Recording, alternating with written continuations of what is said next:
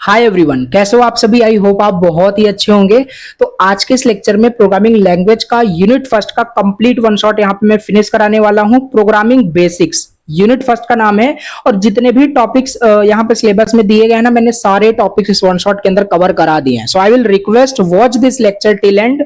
आपका unit first 100% easy explanation में तैयार हो जाएगा। और मोस्ट इंपॉर्टेंट यहाँ पे मैंने प्रोग्राम भी कराए हुए हैं, ओके, जो कि बहुत ही इंपॉर्टेंट होगा कॉन्सेप्ट को समझने के लिए। लैपटॉप पे चल के लाइव प्रोग्राम कैसे राइट करता है, सारी चीजें मैं आपको बताने वाला हूं। तो आपका यूनिट फर्स्ट आज के इस लेक्चर में तैयार हो जाएगा। By the way, exam time में ये लेक्चर अगर देख रहे हो तो जाके प्लेलिस्ट को चेक कर लेना, पांचों यूनिट ऑलरेडी अपलोड हो गई होगी। चलिए स्टार्ट करते हैं यूनिट फर्स्ट। और नोट्स का लिंक डिस्क्रिप्शन बॉक्स में दिया गया है, वहां से आप नोट्स को डाउनलोड कर सकते हो। फर्स्ट टाइम देखो चैनल पे विजिट किया, प्लीज सब्सक्राइब करना, प्लीज लेक्चर को लाइक करना। बहुत मेहनत लगता है, काफी सारे लोग लेक्चर देखते हो बट लाइक करना भूल जाते हो, प्लीज लाइक कर देना। फर्स्ट टाइम चैनल पे विजिट किया हो तो सब्सक्राइब भी कर देना और कमेंट करना कोई भी डाउट होता है। चलिए अब यहाँ पे स्टार्ट करते हैं यूनिट फर्स्ट का वन शॉट लेक्चर। सिर्फ ये नाम का वन शॉट है, आई मीन इन डिटेल हर एक टॉपिक यहाँ पे मैं आपको पढ़ाऊंगा, बताऊंगा, हर एक चीज समझ में आएगा। पहली मैं आपको गारंटी दे देता हूँ, बस अच्छे से देखना, ठीक है। चलिए स्टार्ट करते हैं। यूनिट का नाम क्या है? यूनिट का नाम है प्रोग्रामिंग बेसिक्स। और हमने ऑलरेडी इसका इंट्रोडक्शन देख ही लिया है प्रोग्रामिंग लैंग्वेज सब्जेक्ट का, कि इसमें हमें दो प्रोग्रामिंग लैंग्वेज पढ़ना है, सी प्रोग्रामिंग लैंग्वेज पढ़ना है और पाइथन पढ़ना है। तो पहले हम सी प्रोग्रामिंग लैंग्वेज पढ़ेंगे। देखो ये unit first C programming language पे ही बेस्ड है, राइट। चलिए स्टार्ट करते हैं, समझते हैं। ओके, देखो तो यूनिट फर्स्ट समझने के लिए यूनिट फर्स्ट का नाम है प्रोग्रामिंग बेसिक्स। अब देखोगे सिलेबस में डायरेक्ट आपका स्ट्रक्चर दे दिया है सी प्रोग्राम का, राइट। कंपाइलेशन बहुत छोटा छोटा ऐसे मतलब डायरेक्ट मेंशन कर दिया है। और देखने में लगता है सिलेबस आपका बहुत छोटा है। अगर यही आप खाली इसको पढ़ लोगे तो आधे घंटे में आपका यूनिट फर्स्ट फिनिश हो जाएगा। लेकिन नहीं, एग्जाम में डिटेल कहां से दे देगा ये किसी को नहीं पता, राइट। तो पूरा हम यहाँ पे पढ़ेंगे, अच्छे से पढ़ेंगे। तो कहानी इसका यहां से स्टार्ट करते हैं। सबसे पहले समझते हैं कंप्यूटर क्या होता है, डिजिटल कंप्यूटर क्या होता है, और ये सारी चीजें यहाँ पे क्या है समझ में आएगा। देखो हम पढ़ रहे हैं यहाँ पे प्रोग्रामिंग लैंग्वेज पढ़ने जा रहे हैं, हम प्रोग्रामिंग लैंग्वेज पढ़ने जा रहे हैं, वो भी सी प्रोग्रामिंग लैंग्वेज पढ़ने जा रहे हैं, ओके। अब सी प्रोग्रामिंग लैंग्वेज पढ़ने जा रहे हैं तो उस प्रोग्रामिंग लैंग्वेज में हम बहुत सारा प्रोग्राम बनाएंगे। अब प्रोग्राम क्या है सब आगे समझेंगे, ठीक है। तो बहुत सारा हम कोड लिखेंगे, कोडिंग करेंगे। तो वो कहाँ करता है? लैपटॉप पे करेंगे, कंप्यूटर पे करेंगे। तो एक तरीके की इलेक्ट्रॉनिक मशीन है जिसपे हम वो कोड लिखेंगे, उसे हम यहाँ पे कंप्यूटर कहते हैं। और वही हमारा बेसिकली उसे हम डिजिटल कंप्यूटर कह देते हैं, राइट। जैसे लैपटॉप जो होता है हमारा, राइट, बेसिकली कोई ऐसी इलेक्ट्रॉनिक मशीन जो इनपुट ले रहा हो और उसे प्रोसेस कर रहा हो और आउटपुट जनरेट कर रहा हो, वो हमारा डिजिटल कंप्यूटर हो जाएगा, ओके।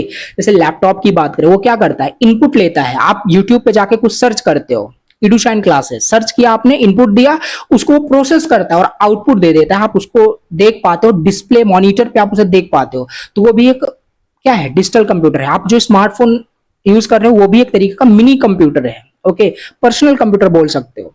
तो ये सब हमारे मतलब होता है डिजिटल कंप्यूटर क्या होता है। आई होप आपको समझ में आ गया होगा, ठीक है। बिल्कुल ये एग्जाम में आपसे नहीं पूछा जाएगा डिजिटल कंप्यूटर क्या है, राइट, बट कॉन्सेप्ट हमें समझना है, रट्टाफिकेशन यहाँ पे नहीं करना है, ठीक है। तो डिजिटल कंप्यूटर एक इलेक्ट्रॉनिक मशीन है जो इनपुट लेगा, प्रोसेस करेगा, आउटपुट जनरेट करेगा, वही होता है, सिंपल। और ध्यान देना एग्जाम में हमें किस तरीके से लिखना होता है। क्या आप ऐसा मतलब स्टडी करते हो, लाइक मैंने अगर डिजिटल कंप्यूटर बताया तो आप लाइन टू लाइन इसे याद कर रहे हो, right. A digital computer is an electronic machine, जैसे स्कूल में हम पढ़ा करते थे, राइट। यहाँ पे ऐसा नहीं होता। सिंपल मैंने कॉन्सेप्ट बताया, जो इनपुट ले रहा हो, प्रोसेस कर रहा हो, आउटपुट जनरेट कर रहा हो। कॉन्सेप्ट आपको पता चल गया। अब एग्जाम में खुद से अपने लैंग्वेज में बना के लिखोगे, राइट। वो सब कर लेते हैं, अपने लैंग्वेज में बना के लिख लेते हैं। तो वही सिंपल देखो हमारा डिजिटल कंप्यूटर क्या होता है, समझ में आ गया होगा, ठीक है। अभी मैंने बताया इलेक्ट्रॉनिक मशीन जो इनपुट लेगा, प्रोसेस करेगा, आउटपुट जनरेट करेगा, वही सब लिखा हुआ है।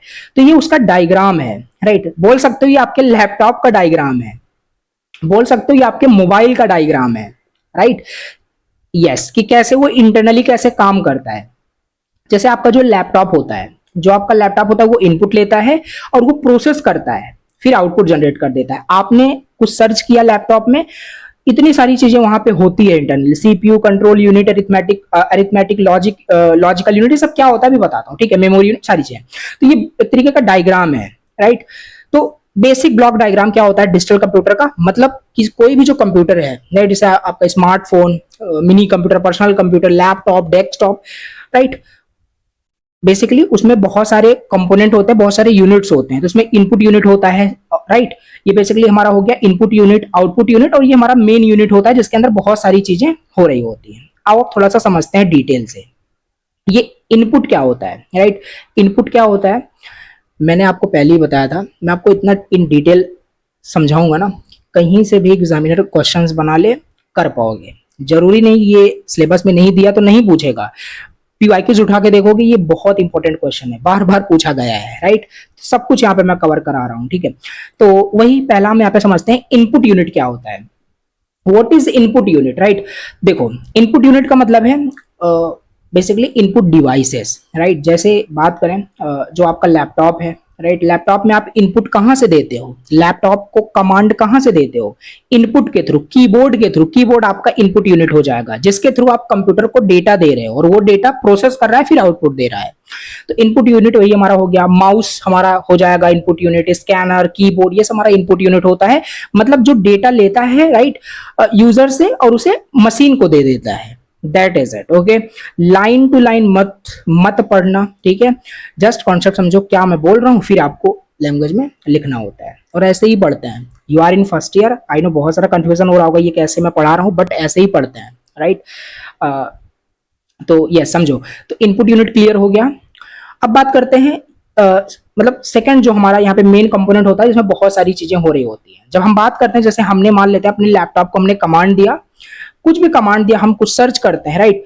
तो वो इतने प्रोसेस से होकर के जाता है, वहां पे सीपीयू होता है, कंट्रोल यूनिट, ये सारी चीज। अब सबसे पहला यहाँ पे है सेंट्रल प्रोसेसिंग यूनिट। सीपीयू का फुल फॉर्म होता है सेंट्रल प्रोसेसिंग यूनिट। जैसे बात करें, देखो जैसे आप अपना ही एग्जांपल ले सकते हो, राइट। जैसे एज अ ह्यूमन, राइट, हम इसको समझने की कोशिश करते हैं। ह्यूमन के अंदर इनपुट यूनिट कौन कौन सा है, आई, राइट, ईयर, बेसिकली जिसके थ्रू हम कुछ डेटा रिसीव कर पा रहे हैं। हम सिंपल सी बात है अपने आई से बहुत सारी चीजें देख पा रहे हैं, राइट, इनपुट ले पा रहे हैं, राइट, वर्ल्ड की चीजों का। तो ये हमारा इनपुट यूनिट हो जाएगा। अब सेंट्रल प्रोसेसिंग यूनिट हमारा क्या है, राइट, ह्यूमन में। तो ह्यूमन में सेंट्रल प्रोसेसिंग यूनिट बेसिकली उसका ब्रेन हो गया। हम जैसे मान लेते हैं अभी मैं ये पेन देख पा रहा हूं, तो ये कैसे पता चल रहा है कि पेन है, राइट, क्यों, क्योंकि ये मेरा जो ब्रेन है इसको प्रोसेस कर रहा है और बता रहा है कि हाँ एक पेन है। तो ये हमारा सेंट्रल प्रोसेसिंग यूनिट यही करता है, राइट। जो भी कंप्यूटर को आप डेटा देते हो वो हमारा सीपीयू ही परफॉर्म करता है, राइट। और सीपीयू को हम प्रोसेसर भी कहते हैं। तो ह्यूमन का जो ब्रेन होता है वही उस कंप्यूटर के अंदर जो ब्रेन होता है उसको हम सीपीयू कह देते हैं। That is it, okay. तो वही यहाँ पे लिखा है, सीपीयू हमारा ब्रेन होता है कंप्यूटर का। जैसे ह्यूमन के अंदर ब्रेन होता है, सारी प्रोसेसिंग हमारे ब्रेन में होती है, वैसे कंप्यूटर के अंदर जो भी प्रोसेसिंग होती है सब सेंट्रल प्रोसेसिंग यूनिट के अंदर हो रहा होता है। इसे हम प्रोसेसर भी कहते हैं, ठीक है। अब सीपीयू के अंदर बहुत सारी चीजें होती है। जैसे हम तो ये बोल देते हैं कि हाँ हमारा ये ब्रेन है, ब्रेन के अंदर भी बहुत सारी चीजें होती है, डिफरेंट डिफरेंट सेल्स होते हैं, राइट, बहुत सारी कोशिकाएं होती है, बहुत सारे नर्व सेल्स होते हैं जो एक्टिव रहते हैं, तब चीजें पता चलती है। जैसे मैं ये चीजें, ये माइक टच कर पा रहा हूं तो यानी एक सेंसरी जो न्यूरॉन्स हैं वो एक्टिव हैं, तभी तो मैं टच कर पा रहा हूँ, उसको फील कर पा रहा हूँ। तो उसी तरीके से कंप्यूटर के अंदर जो कंप्यूटर का जो ब्रेन होता है, जो प्रोसेसर होता है, जो सीपीयू होता है, उसके अंदर बहुत सारी चीजें होती है, राइट। तो पहला हमारे पास है कंट्रोल यूनिट। अब नाम से क्लियर हो रहा है कंट्रोल यूनिट, ओके। मतलब ये जो यूनिट है ना, ये बहुत सारे मतलब जो भी कंप्यूटर के अंदर जितने भी हार्डवेयर होते हैं, राइट, जो भी ऑपरेशन होते हैं उसको कंट्रोल करता है। यही होता है कंट्रोल यूनिट, राइट। कंट्रोल करता है सारे एक्टिविटीज को कंप्यूटर के, राइट। तो ये होता है कंट्रोल यूनिट। तो यस यही होता है और यही डिसाइड करता है कि आगे कंप्यूटर को क्या करना है, right, what to do next. तो ये चीज होता है कंट्रोल यूनिट, ठीक है। अब थोड़ा सा एग्जांपल समझ के चलना। जैसे ये हमारा इनपुट था, ये मान लेते हैं यहाँ पे हमारे पास आउटपुट है, ठीक है। जैसे मान लेते हैं हमने इनपुट दिया कंप्यूटर को 2 + 2 तो 4 आना चाहिए, ठीक है। तो सिंपल सी बात है, ये जो प्रोसेसिंग है कहाँ पे होगी, सीपीयू के अंदर होगी, राइट, कैलकुलेट होगा। तो सिंपल कंट्रोल यूनिट सारे एक्टिविटीज को कंट्रोल करेगा, ठीक है। और ये कंट्रोल यूनिट ही क्या करेगा, ये जो एक्टिविटी है ना इसको एएलयू को बताएगा। नेक्स्ट यूनिट हमारे पास है अरिथमेटिक लॉजिकल यूनिट, ALU। जो भी अरिथमेटिक, नाम से क्लियर रहा, जो भी अरिथमेटिक और लॉजिकल रिलेटेड जो भी ऑपरेशंस होते हैं वो कहां पे होते हैं, ALU के अंदर, राइट, इस यूनिट के अंदर। यहां पे देखो ये जो अभी एग्जांपल हमने लिया ना, ये कहां पे कैलकुलेट होगा, ALU के अंदर, राइट। यस, होता नहीं है ब्रेन के अंदर हमारा सबकॉन्शियस माइंड होता है, बहुत सारी चीजें मतलब ब्रेन के अंदर होता है, उसी तरीके से सीपीयू के अंदर भी बहुत सारी चीजें होती है, राइट। जो हम बोलते हैं कि सारी प्रोसेसिंग सीपीयू के अंदर होता है, तो सीपीयू के अंदर डिफरेंट डिफरेंट पार्ट्स में हो रहा होता है। ये 2+2 बेसिकली ALU में परफॉर्म हो जाएगा और हमारा जो भी आंसर होगा यहाँ पे 4 आ जाएगा, ठीक है। तो ये addition, subtraction, multiplication, division, logical related operation ALU में हो रहा होता है। नाइस, तो ये हो गया। अब बात करते हैं थर्ड, हमारा मेमोरी यूनिट क्या होता है। ये भी सीपीयू के अंदर ही होता है। ये डायग्राम मैंने आपको बताया ना, ये देखो सारी चीजें आपका कहाँ है, सीपीयू के अंदर ही है। तो अब मेमोरी यूनिट क्या होता है, कभी कभी क्या होता है, जैसे देखो हमारा जो ब्रेन है, ब्रेन के अंदर हम क्या करते हैं, बहुत सारा इंफॉर्मेशन हम अभी पढ़ रहे हैं, तो बहुत सारी चीजें हमें याद भी करनी पड़ेगी, ठीक है। तो वो कहाँ पे स्टोर है, हमारे ब्रेन में स्टोर है, मतलब हमारे मेमोरी में वो स्टोर है। उसी तरीके से कंप्यूटर्स के अंदर भी मेमोरी होती है। अभी कितने टाइप्स की होती है सब कुछ यहाँ पे समझेंगे। तो कंप्यूटर के अंदर भी बेसिकली मेमोरी होती है, जहां पे हमारा जो भी ऑपरेशन है, जो भी डेटा है, जो भी इनपुट है, वो स्टोर हो रहा होता है। अभी एग्जांपल बताया था 2+2, ये रिजल्ट 4 आया, कहां पे स्टोर होगा, इसी में स्टोर होगा, मेमोरी के अंदर ही, ठीक है। यस, तो ये हमारा मेमोरी यूनिट हो जाएगा, जो टेम्पररी स्टोर करता है डेटा को, इंस्ट्रक्शन को। ओके, तो यही होता है बेसिकली, डेटा को स्टोर करता है, प्रोग्राम रिजल्ट जो भी आ रहा होता है उसको स्टोर कर रहा होता है। अब आप बोल रहे होगे ये सब आप पढ़ ही नहीं रहे हो, ऐसे ही आप जल्दी जल्दी पढ़ा रहे हो। तो ऐसे ही कॉन्सेप्ट समझो और इसको फिर एग्जाम में आपको अपने लैंग्वेज में बना के लिखना होता है। I hope you will understand कि कैसे मैं क्या बोल रहा हूँ, किस तरीके से आपको लिखना होता है, ठीक है। तो ये हो गया बेसिकली कंप्यूटर क्या होता है, और बेसिकली इसके बहुत सारे इंपॉर्टेंट चीजें ये पता होना चाहिए हमको। देखो सिलेबस में ये दिया ही नहीं था, राइट। बट अब कैसे डायरेक्ट हम प्रोग्रामिंग लैंग्वेज कैसे पढ़ सकते हैं, पहले हमें कंप्यूटर उसका इंपॉर्टेंट पार्ट्स पता होना चाहिए, ठीक है। तो ये चीज हमने यहाँ पे समझ लिया। इसके बाद हमारे पास लास्ट होता है आउटपुट यूनिट, जहां पे हमें आउटपुट मिल रहा होगा। जैसे ये देखो एग्जांपल मैं आपको दिखाता हूँ, जैसे इस पेन को मैं देख रहा हूँ, राइट। इस पेन को मैं देख रहा हूँ, इनपुट ले लिया, अपनी आंखों से इसको देख लिया, ये प्रोसेस किया मेरा ब्रेन, बताया कि हाँ ये पेन है। कैसे बताया, आउटपुट कहां से दे रहा है, माउथ से, राइट। तो ये हमारा आउटपुट यूनिट हो जाएगा। उसी तरीके से कंप्यूटर में आउटपुट यूनिट क्या क्या हो सकता है, स्पीकर हो सकता है, राइट। स्पीकर से क्या मिलता है, हमें आउटपुट मतलब कि आवाज सुनाई देता है। और क्या हो सकता है, मॉनिटर, लैपटॉप का जो स्क्रीन होता है, आप राइट, लैपटॉप स्क्रीन इटसेल्फ ये क्या है, आउटपुट यूनिट है। तो ये सब हमारा आउटपुट यूनिट हो जाएगा। देखो कुछ यहाँ पे रटना पड़ रहा है नहीं, समझ में आपको आ रहा होगा। तो बेसिकली वर्किंग क्या होता है डिजिटल कंप्यूटर का, बिल्कुल अब बता सकते हो। हम इनपुट देते हैं, वो सीपीयू में प्रोसेस होता है, अगर जरूरत पड़ती है डेटा को स्टोर करने के लिए तो मेमोरी यूनिट भी वहां पे ये मेमोरी में स्टोर होता है, फिर हमें आउटपुट मिल जाता है। दैट्स इट, बस इतना ही है, राइट। तो ये बेसिकली हमारा होता है डिजिटल कंप्यूटर। आई होप आपको ये चीजें समझ में आ गई होगी, ठीक है। अब बात करते हैं नेक्स्ट, कंप्यूटर मेमोरी क्या हो। अब चलो समझते हैं कि कंप्यूटर मेमोरी क्या होता है। अभी जो आपने समझा ना, सीपीयू के अंदर जो मेमोरी यूनिट होता है, वही बेसिकली हमारा यहाँ पे कंप्यूटर मेमोरी का कहने का मतलब है, मतलब स्टोरेज डिवाइस, राइट। अब मेमोरी की बात करते हैं, हमारे ब्रेन में कुछ चीजें ऐसा होता है जो हम अपने ब्रेन में परमानेंटली हमें वो याद होगा, राइट। हम उसे कभी भूल नहीं पा रहे हैं, राइट। वो मतलब वो परमानेंट मेमोरी में हमारे स्टोर हो गया है, वो सारी इंफॉर्मेशन, वो सारी डिटेल। और कुछ चीजें ऐसा होता है जो टेम्पररी मेमोरी में होता है, उसे हम भूल जाते हैं 10-15 मिनट बाद, जैसे पढ़ाई, राइट, ये भूल जाते हैं। तो उसी तरीके से कंप्यूटर के अंदर भी जो मेमोरी होती है डिफरेंट टाइप्स की होती है, तो समझते हैं। तो बेसिकली मेन हमारा दो टाइप्स की मेमोरी होती है। पहला होता है प्राइमरी मेमोरी, दूसरा होता है सेकेंडरी मेमोरी। ओके, अब पहला समझते हैं, यहाँ पे करेक्ट करना है, ये पहला बेसिकली प्राइमरी मेमोरी। अब प्राइमरी मेमोरी क्या होता है, प्राइमरी मेमोरी को हम मेन मेमोरी भी कहते हैं, it is also known as main memory. मतलब ये जो मेमोरी होता है ना, मेन मेमोरी, ये हमारे डायरेक्ट ब्रेन से कम्युनिकेट करता है।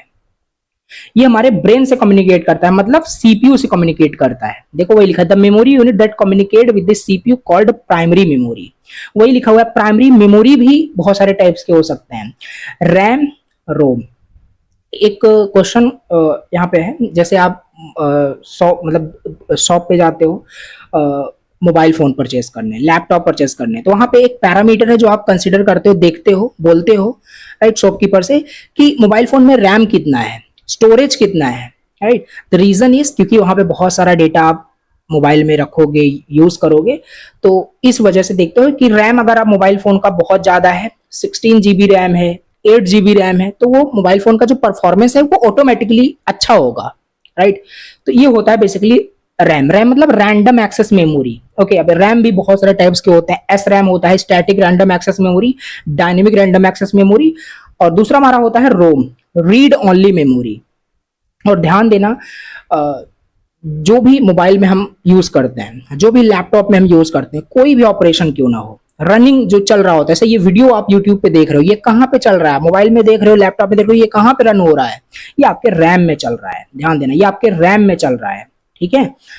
ये रैंडम एक्सेस मेमोरी बेसिकली हमारा, ये बोल सकते हो दो टाइप्स का होता है, सारी चीजें। ROM read only memory, okay. Programmable read only memory होता है, erasable programmable read only memory होता है, electrically erasable programmable read only memory होता है। इतना डिटेल में आपको नहीं जाना है, इसके भी बहुत सारे टाइप्स होते हैं, इसको भी पढ़ना होता है, बट ये सब ओल्ड सिलेबस में है। मैं आपको उतनी इंपॉर्टेंट चीजें ओल्ड सिलेबस से लेकर के यहाँ पे बता रहा हूँ, जिससे कि आप ये जो न्यू सिलेबस इंट्रोड्यूस किया गया, कंफ्यूजन हो, आपको समझ आ रहा हो, राइट। तो ये सारी चीजें ओल्ड सिलेबस में था, ये भी पूछा जाता था। रैम रोम में डिफरेंस क्या होता है, 7 मार्क्स में आ जाता है एग्जाम में, लेकिन सिलेबस में नहीं है। मैंने आपको पहले बताया, ये सब बस मैं आपको थोड़ा सा ओपन अप करने के लिए आपको सारी चीजें बता रहा हूं, आपको समझ में आए कि क्या चल रहा है आखिर, ठीक है। प्राइमरी मेमोरी क्लियर हो गया होगा, ठीक है। अब बात करते हैं सेकेंडरी मेमोरी की। इसे हम कहते हैं परमानेंट मेमोरी, यस, या इसे हम एक्सटर्नल मेमोरी भी कहते हैं। जैसे लैपटॉप में, राइट, हार्ड डिस्क होता है, सीडी, डीवीडी आपने देखा होगा, टेप ड्राइव देखा होगा, राइट, यूएसबी, ये सब हमारा परमानेंट मेमोरी होता है, एक्सटर्नल मेमोरी होता है, सेकेंडरी मेमोरी होता है। इसमें जो भी हम डेटा स्टोर करते हैं ना, ये परमानेंट स्टोर होता है, ये कभी डिलीट नहीं होता, ठीक है। लेकिन इसमें बात करें प्राइमरी मेमोरी से, रैम में, रैम में जो भी डेटा चल रहा होता है, जैसे अभी आप मान लो लेक्चर देख रहे हो, सडनली आपका फोन स्विच ऑफ हो जाए, सारा डेटा चला जाएगा, फिर से आपको वीडियोस प्ले करना पड़ेगा, देखना पड़ेगा, मतलब वो टेम्परेरी आपका चल रहा होता है। लेकिन यहाँ पे क्या होता है, एक बार आप अपने उसे पेन ड्राइव में बोल लो, हार्ड डिस्क में, सीडी में, राइट, चिप में, ये सब हमारा सेकेंडरी मेमोरी होता है, उसमें कोई भी डेटा स्टोर कर लो तो हमेशा रहेगा जब तक आप उसे इरेज डिलीट नहीं करते हो, जो परमानेंटली इंफॉर्मेशन को स्टोर करता है। आओ जल्दी से देख लो, इनपुट डिवाइस आउटपुट डिवाइस को थोड़ा इमेज देख लो, यहाँ पे ऐसा है, राइट, ये हमारा कीबोर्ड है, जॉयस्टिक, स्कैनर दिख रहा होगा, ठीक है, समझ में आ रहा होगा, ओके। अब बात करते हैं, अब हम रेडी हैं समझने के लिए सी प्रोग्रामिंग लैंग्वेज, जो कि सिलेबस आपका यहीं से दिया था। ये तो मैंने 18 मिनट आपको जस्ट आपका माइंड ओपन करने के लिए चीजें बता दी। अभी ये हमारा स्टार्ट हो रहा है, ठीक है, यहां से सिलेबस है। चलिए, बाकी एग्जाम में कभी कभी ऐसा भी हो जाता है, पूछ लेता है, जो सिलेबस में नहीं दिया वो भी पूछ लेता है, राइट, ऐसा ही होता है। अब बात करते हैं सी लैंग्वेज क्या होता है। चलिए स्टार्ट करते हैं। अब सी लैंग्वेज को भी समझने से पहले थोड़ा सा मैं आपको समझाता हूँ। जैसे यहाँ पे, एक सेकंड, जैसे मान लेते हैं यहाँ पे ये आप हो और ये आपका दोस्त है, यू एंड फ्रेंड। अब सिंपल सी बात है, आप अपने दोस्त से, मित्र से, फ्रेंड से बात करने के लिए क्या करते हो, लैंग्वेज का यूज करते हो, राइट, आप लैंग्वेज का यूज करते हो, may be Hindi, English, Urdu, Tamil, right. Language का मतलब आप भाषा का यूज करते हो। अगर ये लैंग्वेज ना हो तो क्या आप अपने फ्रेंड से बात कर सकते हो? नहीं। तो उसी तरीके से अब यहाँ पे ये आपका दोस्त नहीं रहेगा, ठीक है, यहाँ पे आप ही रहोगे। इतना डिटेल आपको कोई नहीं बताएगा, ठीक है। प्लीज लाइक कर देना अगर आपको समझ में आ रहा हो। अब यहाँ पे आपका दोस्त नहीं होगा, यहाँ पे कंप्यूटर होगा, ठीक है। अब यहाँ पे आप क्या करोगे, आप सॉफ्टवेयर इंजीनियर बनना चाहते हो, राइट, आप प्रोग्रामर कोडर बनना चाहते हो, तो सिंपल सी बात है, आपको प्रोग्रामिंग लैंग्वेज आना चाहिए। अब यहाँ पे अगर आपको कंप्यूटर से बात करना है, अगर आपको कंप्यूटर से बात करना है, राइट, तब आप यहाँ पे सिंपल सी बात है लैंग्वेज का यूज करोगे। तो यहाँ पे अब आपका नॉर्मल लैंग्वेज यूज नहीं होता, यहाँ पे प्रोग्रामिंग लैंग्वेज यूज होता है।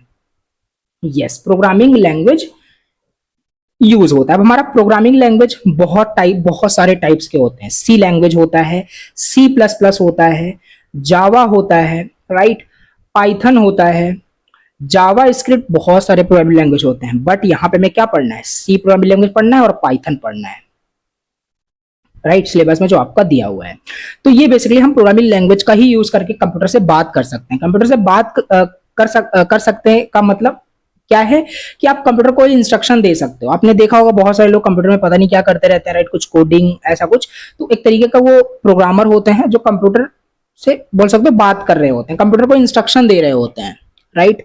कंप्यूटर से बात करने का मतलब ये नहीं कि आप कंप्यूटर को यूज कर रहे हो, दैट मीन्स कंप्यूटर से आप बात कर रहे हो। कंप्यूटर को इंस्ट्रक्शन देना, राइट, कमांड का यूज करके, वो चीज हमारा बेसिकली होता है प्रोग्रामिंग लैंग्वेज का यूज करके ही। मतलब हम कंप्यूटर से कम्युनिकेट करने के लिए प्रोग्रामिंग लैंग्वेज का यूज करते हैं और डिफरेंट डिफरेंट प्रोग्रामिंग लैंग्वेज यहाँ पे हम सीख रहे होते हैं। दैट्स इट, ठीक है। चलिए अब यहाँ पे समझते हैं, ठीक है। तो अब सी लैंग्वेज यहाँ पे हम समझते हैं कि ये सी लैंग्वेज क्या होता है, राइट। अब समझ में पहले ही आ गया सी लैंग्वेज क्या है, एक हमारा प्रोग्रामिंग लैंग्वेज है, ये क्लियर है, प्रोग्रामिंग लैंग्वेज है, पहली मैंने आपको बता दिया। अब ये हाई लेवल स्ट्रक्चर, ये क्या मतलब है? हाई लेवल का मतलब होता है ना कि ऐसा प्रोग्रामिंग लैंग्वेज जो ह्यूमन अंडरस्टैंडिंग है, मतलब इजीली हम उसे अंडरस्टैंड कर सकते हैं, ओके। तो ये हाई लेवल प्रोग्रामिंग लैंग्वेज होता है बेसिकली, जो इजीली इसे, जो ह्यूमन है, जैसे आप इसे इजीली सीख सकते हो। हाई लेवल प्रोग्रामिंग लैंग्वेज का मतलब ये होता है। और स्ट्रक्चर्ड का मतलब स्ट्रक्चर्ड होता है, सीक्वेंस वाइज यहाँ पे हम कोड करते हैं। अभी समझते हैं। तो C language is a high level structured programming language जो कि डेवलप किया था डेनिस रिची ने। It is use to write system software and application program. मतलब सी लैंग्वेज का हम यूज करके क्या कर सकते हैं, सिस्टम सॉफ्टवेयर बना सकते हैं, एप्लीकेशन प्रोग्राम बना सकते हैं, राइट।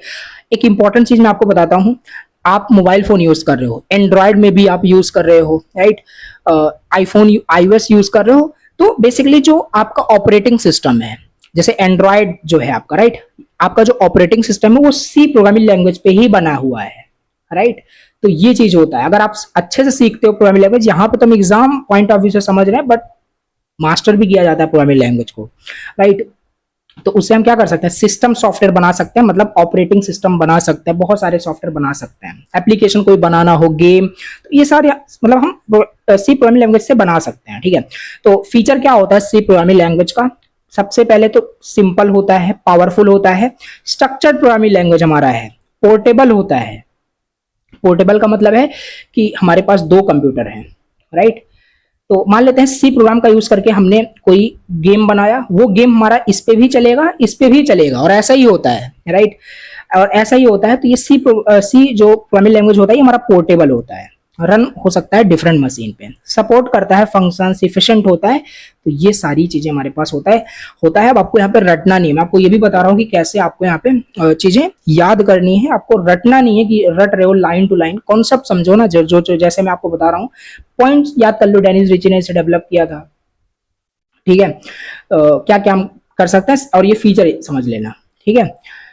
तो ये हो गया, ओके। तो अब बात करते हैं जो आपके सिलेबस में यहाँ पे दिया हुआ है, और ये बहुत ज्यादा इंपॉर्टेंट है, ये देखो, राइट, वेरी वेरी इंपॉर्टेंट, इसे आप मार्क कर लेना, राइट, टिक भी करते चलो। जो मैं आपको बता रहा हूँ बहुत इंपॉर्टेंट है, अच्छे से पढ़ना है। तो स्ट्रक्चर ऑफ सी प्रोग्राम बहुत इंपॉर्टेंट है, ठीक है। Structure of C program, basically अब हम सी प्रोग्राम जब लिखेंगे, राइट, सी प्रोग्रामिंग लैंग्वेज का यूज करके जो हम प्रोग्राम बनाएंगे, राइट। अब थोड़ा सा मैं आपको फिर से बताऊं, बहुत डिटेल में बताना चाहता हूँ।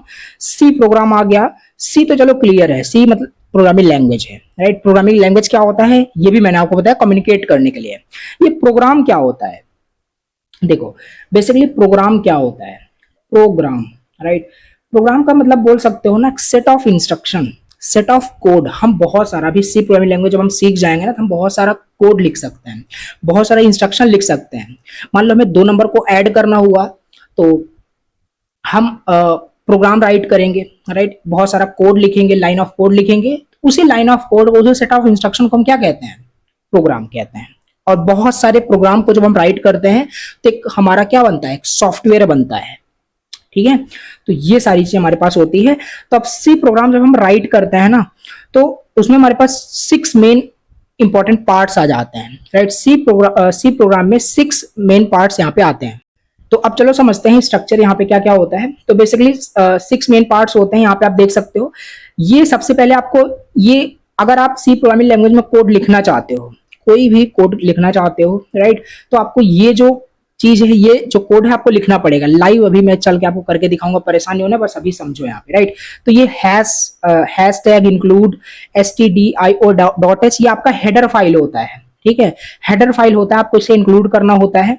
फिर यहाँ से आपका मेन फंक्शन स्टार्ट हो जाता है, मेन फंक्शन आपका स्टार्ट हो जाता है, ठीक है। और इसी मेन मेथड के अंदर, मेन फंक्शन के अंदर हम अपना सारा कोड लिख रहे होते हैं, ठीक है। ये देखो, ये स्टेटमेंट हमारा हो जाएगा, लास्ट में हम रिटर्न करते हैं। ये समझ में आएगा भी जब हम कोड करेंगे तब। बेसिकली यहाँ पे हम वही समझ रहे हैं, डॉक्यूमेंटेशन सेक्शन। तो बेसिकली हमारे पास क्या था, ये तो हमने डायग्राम में समझ लिया। तो मेनली हमारे पास 6 पार्ट्स होते हैं सी प्रोग्राम में, राइट। 6 मेन पार्ट्स होते हैं। पहला होता है डॉक्यूमेंटेशन सेक्शन, राइट। अब आई थिंक ना आपको ऐसे बिल्कुल भी समझ में नहीं आएगा, राइट। ये मैं क्या चीज बोल रहा हूँ। अब चलो चलते हैं लैपटॉप पे, मैं आपको सी प्रोग्राम को, फर्स्ट सी प्रोग्राम राइट करके आपको दिखाता हूँ। फिर आपको ये सारी चीजें अपने आप क्लियर हो जाएगी। ये देखो, यहाँ पे प्रोग्राम भी राइट किया गया है 2 नंबर को ऐड करने का, ठीक है। तो ये सारी चीजें चलो मैं आपको करके दिखाता हूँ लैपटॉप पे। अच्छे से करते हैं, प्रैक्टिकल करते हैं। तो देखो, यहाँ पे लैपटॉप की स्क्रीन पे आ चुका हूँ। चलो फर्स्ट सी प्रोग्राम यहाँ पे राइट करके देखते हैं। आपके कॉलेज में भी, लैब में भी आपको बताया गया होगा, वहाँ पे आप में भी कोई सॉफ्टवेयर यूज करते हो, Turbo C plus plus, VS code, compiler, right. सारी चीजें सेटअप करने के लिए। बट यहाँ पे मैं चीजें कॉम्प्लेक्स नहीं करूंगा, ऑनलाइन ही मैं कोई कंपाइलर यूज कर लूंगा, राइट। सिंपल यहाँ पे आ करके क्या करना है, सी प्रोग्राम रन ऑनलाइन में क्लिक करूंगा। और यहाँ पे देखो, पहला हमारे पास ये वाली साइट मिलेगी, इसको ओपन कर लेना है। बेसिकली ऑनलाइन बहुत सारा टूल होता है जहाँ पे हमें कुछ डाउनलोड नहीं करना होता। यहाँ पे हमने कुछ डाउनलोड नहीं किया और यहाँ पे हम प्रैक्टिस भी कर पाएंगे, ठीक है। तो ये देखो, जो मैंने भी आपको यहाँ पे बताया था, एक सेकंड में आपको यहाँ पे दिखाता हूँ। ये देखो, राइट, एक सेकंड। ये देखो, जो यहाँ पे मैंने अभी आपको दिखाया है, ओके, यही सेम कोड वहाँ पे लिखा था कि नहीं, राइट। ये देखो, सिंपल आपका ये स्ट्रक्चर होता है सी प्रोग्राम का। मतलब ये कोड आप रटना नहीं है, बट हाँ इसको समझ चलो, ये हमारा बेसिक मतलब कोड होता है सी प्रोग्राम का, राइट। तो ये चीजें थी। अब चलो वहाँ पे मैं आपको करके दिखाता हूँ। सो ये वही कोड लिखा हुआ है, ठीक है। बट इसको मैं शुरू से करता हूँ, सब कुछ हटा देता हूँ, ठीक है। अभी कुछ भी नहीं है कोड में, ठीक है। तो अब पहले मैंने बताया, यहाँ पे आप क्या करोगे, पहला हमारे वहाँ पे था हेडर फाइल, राइट। तो यहाँ पे आपको इस तरीके से लिखना पड़ेगा, इंक्लूड stdio.h। इसे हमने क्यों इस तरीके से लिखा, ये हमारा होता है हेडर फाइल, राइट। और ये देखो, जो डबल यहाँ पे मैं फॉरवर्ड स्लैश जो यूज कर रहा हूँ, ये हमारा कमेंट होता है। यहाँ पे हम कुछ लिख सकते हैं, राइट। ये हमारा हेडर फाइल हो गया, ठीक है। ओके, अगर मैं इसे हटा दूं कमेंट को, तो देखो ये भी हमारा यहाँ पे कंपाइल होगा कोड, ये भी रन होगा, तो एरर आएगा, राइट। इससे अच्छा इसको मतलब कमेंट कर देते हैं।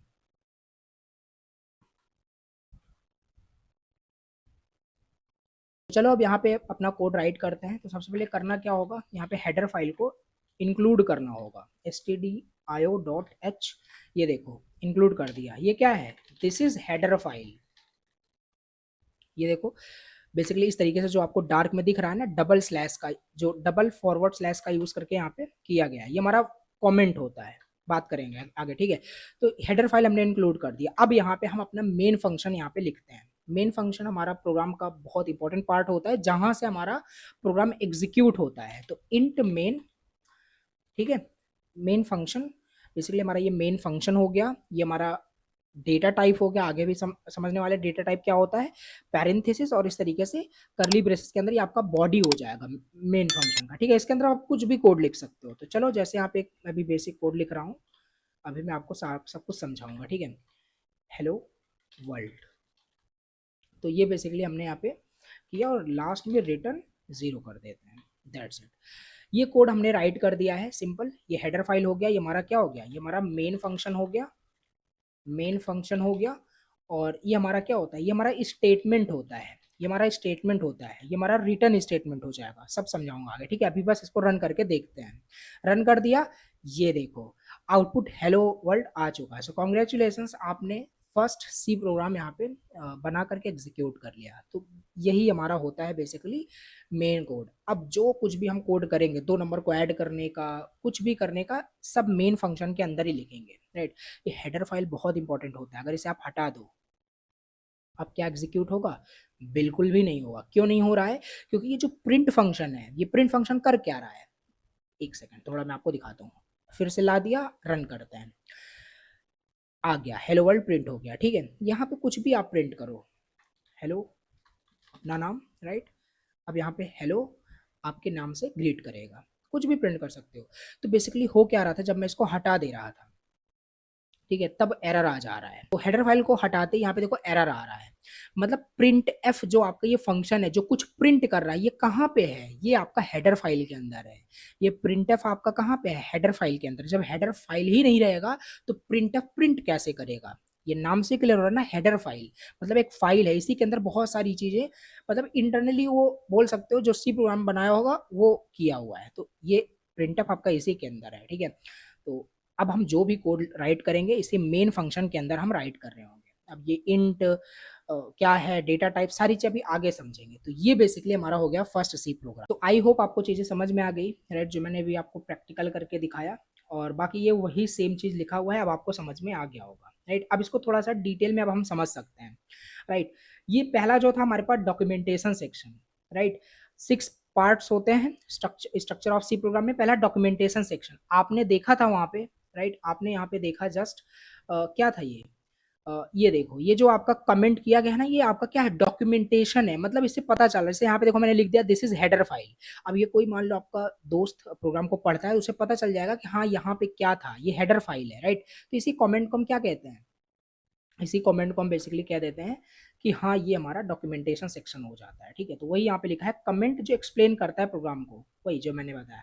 दूसरा लिंक सेक्शन हमारे पास होता है, अभी जो आपको करके दिखाया हैज इंक्लूड stdioh, ये आपका होता है लिंक सेक्शन, लिंक करता है। और हमारा तीसरा जो पार्ट होता है डेफिनेशन सेक्शन, राइट, जो कांस्टेंट को डिफाइन करता है। आगे हम प्रोग्राम बनाएंगे तो हम यहाँ पे हैज डिफाइन का यूज करके इस तरीके से यहाँ पे हम कर रहे होते हैं। ग्लोबल डिक्लेरेशन सेक्शन हमारे पास होता है, राइट, जो सबसे हम प्रोग्राम के टॉप पे कोई वैल्यू कुछ डिफाइन करते हैं और फिर हम उसे अपने प्रोग्राम में कहीं पे भी यूज कर सकते हैं, ठीक है। तो ग्लोबल डिक्लेरेशन सेक्शन होता है।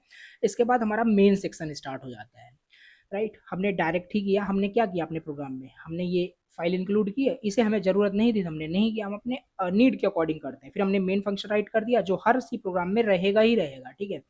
तो स्टार्टिंग पॉइंट होता है प्रोग्राम के एग्जीक्यूशन का, तो वही सेम चीज देखो यहाँ पे किया गया है। और अब इसी के अंदर हम बहुत सारा सब प्रोग्राम लिख सकते हैं। तो ये समझ में आया कि नहीं, ये जो 6 पार्ट्स होते हैं स्ट्रक्चर ऑफ सी प्रोग्राम में, आई होप आपको समझ में आ गया होगा, बहुत इंपॉर्टेंट है, आई होप आपको क्लियर हो गया होगा, ठीक है। अब यहाँ पे बेसिकली छोटा सा प्रोग्राम करते हैं, right, C program for adding two number को ऐड करने का यहाँ पे चलो प्रोग्राम यहाँ पे राइट करते हैं। अब ध्यान देना, यहाँ पे बहुत सारी चीजें ऐसी होगी, मे बी अगर आप पहली बार इसे पढ़ रहे हो, राइट, कॉलेज में अगर आपने पढ़ा हो, क्योंकि ये वन शॉट रिवीजन है, तो फिर भी मैं आपको समझाने की पूरी कोशिश करूंगा।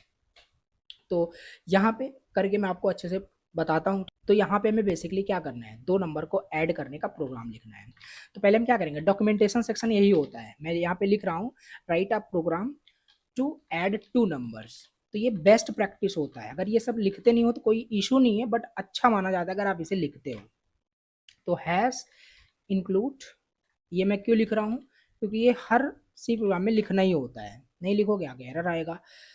तो अब यहाँ पे क्या करें, 2 नंबर को ऐड करना है, तो हमारे पास क्या होना चाहिए, सिंपल मेन फंक्शन होना चाहिए। ये देखो मेन फंक्शन हो गया। अब इसके अंदर हम अपना लॉजिक कोड लिखेंगे, 2 नंबर को ऐड करना है तो हमारे पास 2 नंबर होना चाहिए। तो ये देखो मैं क्या कर रहा हूँ, आपको आगे समझ में आएगा। इंट इंट में क्या लिख रहा हूँ, ये डेटा टाइप होता है, ठीक है। तो int a is equal to 10 कर देते हैं, ठीक है। Int b is equal to 5 कर देते हैं। ये मैंने क्या किया, 2 नंबर यहाँ पे मैंने राइट कर दिए। ए हमारा एक वेरिएबल है जिसमें 10 स्टोर हो गया है। ये वेरिएबल क्या है, डेटा टाइप क्या है, सब समझाऊंगा आगे, राइट, ये आगे का टॉपिक है। तो फिलहाल में यहाँ पे ए में 10 है, बी में 5 है। अब चलो इसको, तो ये देखो मैंने यहाँ पे 2 नंबर इनपुट कर लिया है, इनपुट ले लिया है। अब इसी को ऐड करना है, सिंपल। यहाँ पे ऐड कैसे करेंगे, print F, okay, print F, और यहाँ पे इसे प्रिंट कर लेंगे। अगर डायरेक्ट आप ए प्लस बी करोगे तो आपको यहाँ पे एरर मिलेगा, ठीक है। ये देखो कुछ एरर बता रहा है, तो ये है क्या, देखो सिंपल। यहाँ पे ये प्रिंटफ आपका दो चीजें, ये 2 आर्ग्यूमेंट लेता है, स्ट्रिंग आपका फॉर्मेट स्पेसिफायर, दूसरा आपका जो भी वैल्यू प्रिंट करनी है। तो देखो ये कैसे होगा, सिंपल, ये स्ट्रिंग लेता है और दूसरा आपका ये वैल्यू जो प्रिंट करना है, हमें प्रिंट करना है क्या, हमें ए प्लस बी को प्रिंट करना है, ठीक है। अब ये ए प्लस बी जब ऐड करोगे तो क्या होगा, बेसिकली ये आपका होगा इंटीजर। 10 प्लस 5 15 होता है। तो यहाँ पे हमारे पास परसेंट डी करके होता है फॉर्मेट स्पेसिफायर, ओके, तो ये कर दिया और रिटर्न 0 कर दिया। अब रन करोगे तो 15 हमारे पास प्रिंट होकर के ये देखो आ जाएगा। ठीक है, यहाँ पे हम ऐसे भी कर सकते हैं, सम इज ऐसे लिख सकते हैं। ठीक है, तो यहाँ पे सम इज 15 हो जाएगा। तो परसेंट डी हमारा फॉर्मेट स्पेसिफायर होता है किसके लिए, इंटीजर के लिए। अब जैसे मान लो यहाँ पे मैं फ्लोट करता हूँ। ठीक है, फ्लोट ये भी हमारा डेटा टाइप होता है, आगे मैं आपको बताऊंगा। राइट, फ्लोट ए, फ्लोट बी, फ्लोट 10.6, फ्लोट मतलब डेसिमल वैल्यूज। तो ये देखो, अब इसको ऐड करते हैं, इसको ऐड करोगे तो कुछ ना कुछ वैल्यू आएगा फ्लोट में, डेसिमल में आएगा। तो अब परसेंट डी कर रहे हो जो कि इंटीजर के लिए है, तो यहाँ पे अब आपको क्या करना पड़ेगा, परसेंट एफ यूज करना पड़ेगा। तो अब देखना इसका जो भी एडिशन होगा वो देखो आ चुका है। अगर यहाँ पे आप परसेंट डी यूज कर दोगे तो क्या होगा, तो आपका ये देखो कुछ मतलब ये रॉन्ग वैल्यू आपको दे रहा होगा। ठीक है, ऐसा बोल सकते हो। यहाँ पे सही वैल्यू के लिए परसेंट एफ, क्योंकि ये फ्लोटिंग वैल्यू मतलब ऐड होकर के आएगा, डेसिमल में आएगा। तो ये देखो करेक्ट हमारे यहाँ आंसर यहाँ पे आ रहा है। तो ये बेसिकली हमारा होता है कैसे हम दो नंबर को ऐड करते हैं। तो ये देखो सिंपल यहाँ पे आपका वही प्रोग्राम यहाँ पे किया गया है। ठीक है, सिंपल यहाँ पे वेरिएबल डिक्लेयर किया गया, प्रिंट किया गया इस तरीके से। अब ये स्कैन ऑफ क्या क्या है, ये यूजर से इनपुट लेने के लिए। जैसे वहाँ पे हमने a is equal to 10, b is equal to 5 declare कर दिया था, इससे हम यूजर से इनपुट ले सकते हैं, यूजर एंटर करेगा वहाँ पे। ठीक है, फिर लास्ट में देखो ऐसे ही प्रिंट किया गया। तो ये हमारा स्ट्रक्चर होता है सी प्रोग्रामिंग का। ये सारी चीजें मैंने आपको वहाँ पे पीछे बताया है। राइट, देखो सिंपल, अगर स्ट्रक्चर ऑफ सी प्रोग्राम आपसे पूछा जाए तो आप यही 6 वाला जो पार्ट मैंने यहाँ बताया था ये लिख देना। राइट, ये सारी चीजें जस्ट अंडरस्टैंडिंग पर्पज के लिए है और है वही सेम चीज। राइट, 3 and 3 6 वही सेम चीज है। ठीक है, अब बात करते हैं नेक्स्ट, हमारा जो प्रोग्राम होता है वो कैसे कंपाइल होता है, कैसे एग्जीक्यूट होता है। तो इसका स्टेप होता है बेसिकली इसी तरीके से, हमारा प्रोग्राम एग्जीक्यूट कंपाइल हो रहा होता है। हम सबसे पहले क्या करते हैं, प्रोग्राम राइट करते हैं। हमने क्या किया था अभी, प्रोग्राम ही तो राइट किया। देखो प्रोग्राम हमने राइट किया, यहाँ पे कोई भी प्रोग्राम हो सकता है। देखो प्रोग्राम राइट किया गया, दूसरे स्टेप में हमारा ये प्रोग्राम कंपाइल होता है। जब हम रन पे क्लिक करते हैं तो हमारा जो कंपाइलर होता है, राइट, वो सिंपल उसे कंपाइल करेगा हमारे कोड को। राइट, कंपाइल करने के बाद फिर हमारा कोड हमारा एग्जीक्यूट होता है। ये देखो, तो प्रोग्राम राइट किया पहले, फिर कंपाइल किया, सिंपल। राइट, जीसीसी का यूज करके यहाँ पे हम कंपाइल करते हैं। राइट, अभी तो यहाँ पे हमने टूल यूज कर लिया ऑनलाइन। राइट, अगर आप कोई सॉफ्टवेयर यूज करते हो Turbo C plus plus V S code, तो वहाँ पे आपको मैनुअली कमांड प्रॉम्प्ट का यूज करके कंपाइल करना पड़ेगा। ठीक है, तो सिंपल यही है। आपको देखो एग्जाम में स्टेप पूछा जाएगा तो बस आपको लिखना है वहाँ पे आपको मतलब कोड पूरा नहीं लिखना है। ठीक है, कि ऐसे करना है, ऐसा कोड लिखना है, सिंपल वहाँ पे आपको स्टेप बताना है। प्रोग्राम हम राइट करेंगे, कंपाइल करेंगे प्रोग्राम को, तीसरे स्टेप में हम प्रोग्राम को रन कर देंगे। जो भी होगा रन कर दो, आपका रन हो जाएगा और आपका आउटपुट आ जाएगा। बस सिंपल, हम राइट किया हमने प्रोग्राम, उसको सेव किया, कंपाइल किया, एग्जीक्यूट किया, आउटपुट मिल गया। तो ये हमारा कंपाइलेशन एंड एग्जीक्यूशन का स्टेप होता है, जस्ट आपको समझ के रखना है। अब मोस्ट इंपॉर्टेंट हमारा नेक्स्ट टॉपिक है। राइट, डेटा टाइप कितने होते हैं सी प्रोग्रामिंग लैंग्वेज में। देखो बेसिकली हमारे बेसिक डेटा टाइप होता है और बहुत इंपॉर्टेंट है ये। राइट, डेटा टाइप टॉपिक आपका बहुत इंपॉर्टेंट है, अच्छे समझो। तो डेटा टाइप हमारे 3 टाइप्स के होते हैं, बेसिक डेटा टाइप होता है, डिराइव डेटा टाइप होता है और यूजर डिफाइंड डेटा टाइप होता है। तो बेसिक डेटा टाइप की बात करें, ओके, तो बेसिक डेटा टाइप में हमने दो तो देख ही लिए, इंटीजर, फ्लोट, डबल भी हमारे पास होता है, कैर हमारे पास होता है, बुलियन होता है, राइट, वाइड होता है। ओके, डिराइव डेटा टाइप्स में एरे हम पढ़ेंगे, पॉइंटर आगे पढ़ेंगे, फंक्शन आगे पढ़ेंगे, जैसे हमारा डिराइव डेटा टाइप्स होता है। और यूजर डिफाइंड डेटा टाइप्स में जो यूजर डिफाइन करता है, जैसे यूनियन, स्ट्रक्चर, इनम, सब हमारे यूजर डिफाइंड डेटा टाइप्स होते हैं। ठीक है, तो यहाँ पे तो हमने थोड़े बहुत तो देख ही लिए, जैसे बेसिक डेटा टाइप में, ये सब आगे का टॉपिक है, यूनिट सेकेंड थर्ड में सारी चीज़ दिया गया है, समझेंगे। ठीक है, तो बेसिक डेटा टाइप की बात करें, हमने इंटीजर देखा कुछ इस तरीके से, फ्लोट देखा, ये देखो। अब आपको ये प्रैक्टिस करना है, डबल डेटा टाइप आप लिखोगे, जैसे double d is equal to कुछ इस तरीके से। डबल का मतलब डेसिमल के बाद बहुत सारी वैल्यूज हैं। ओके, मोर देन 2 वैल्यूज तो वह डबल में आ जाएगा।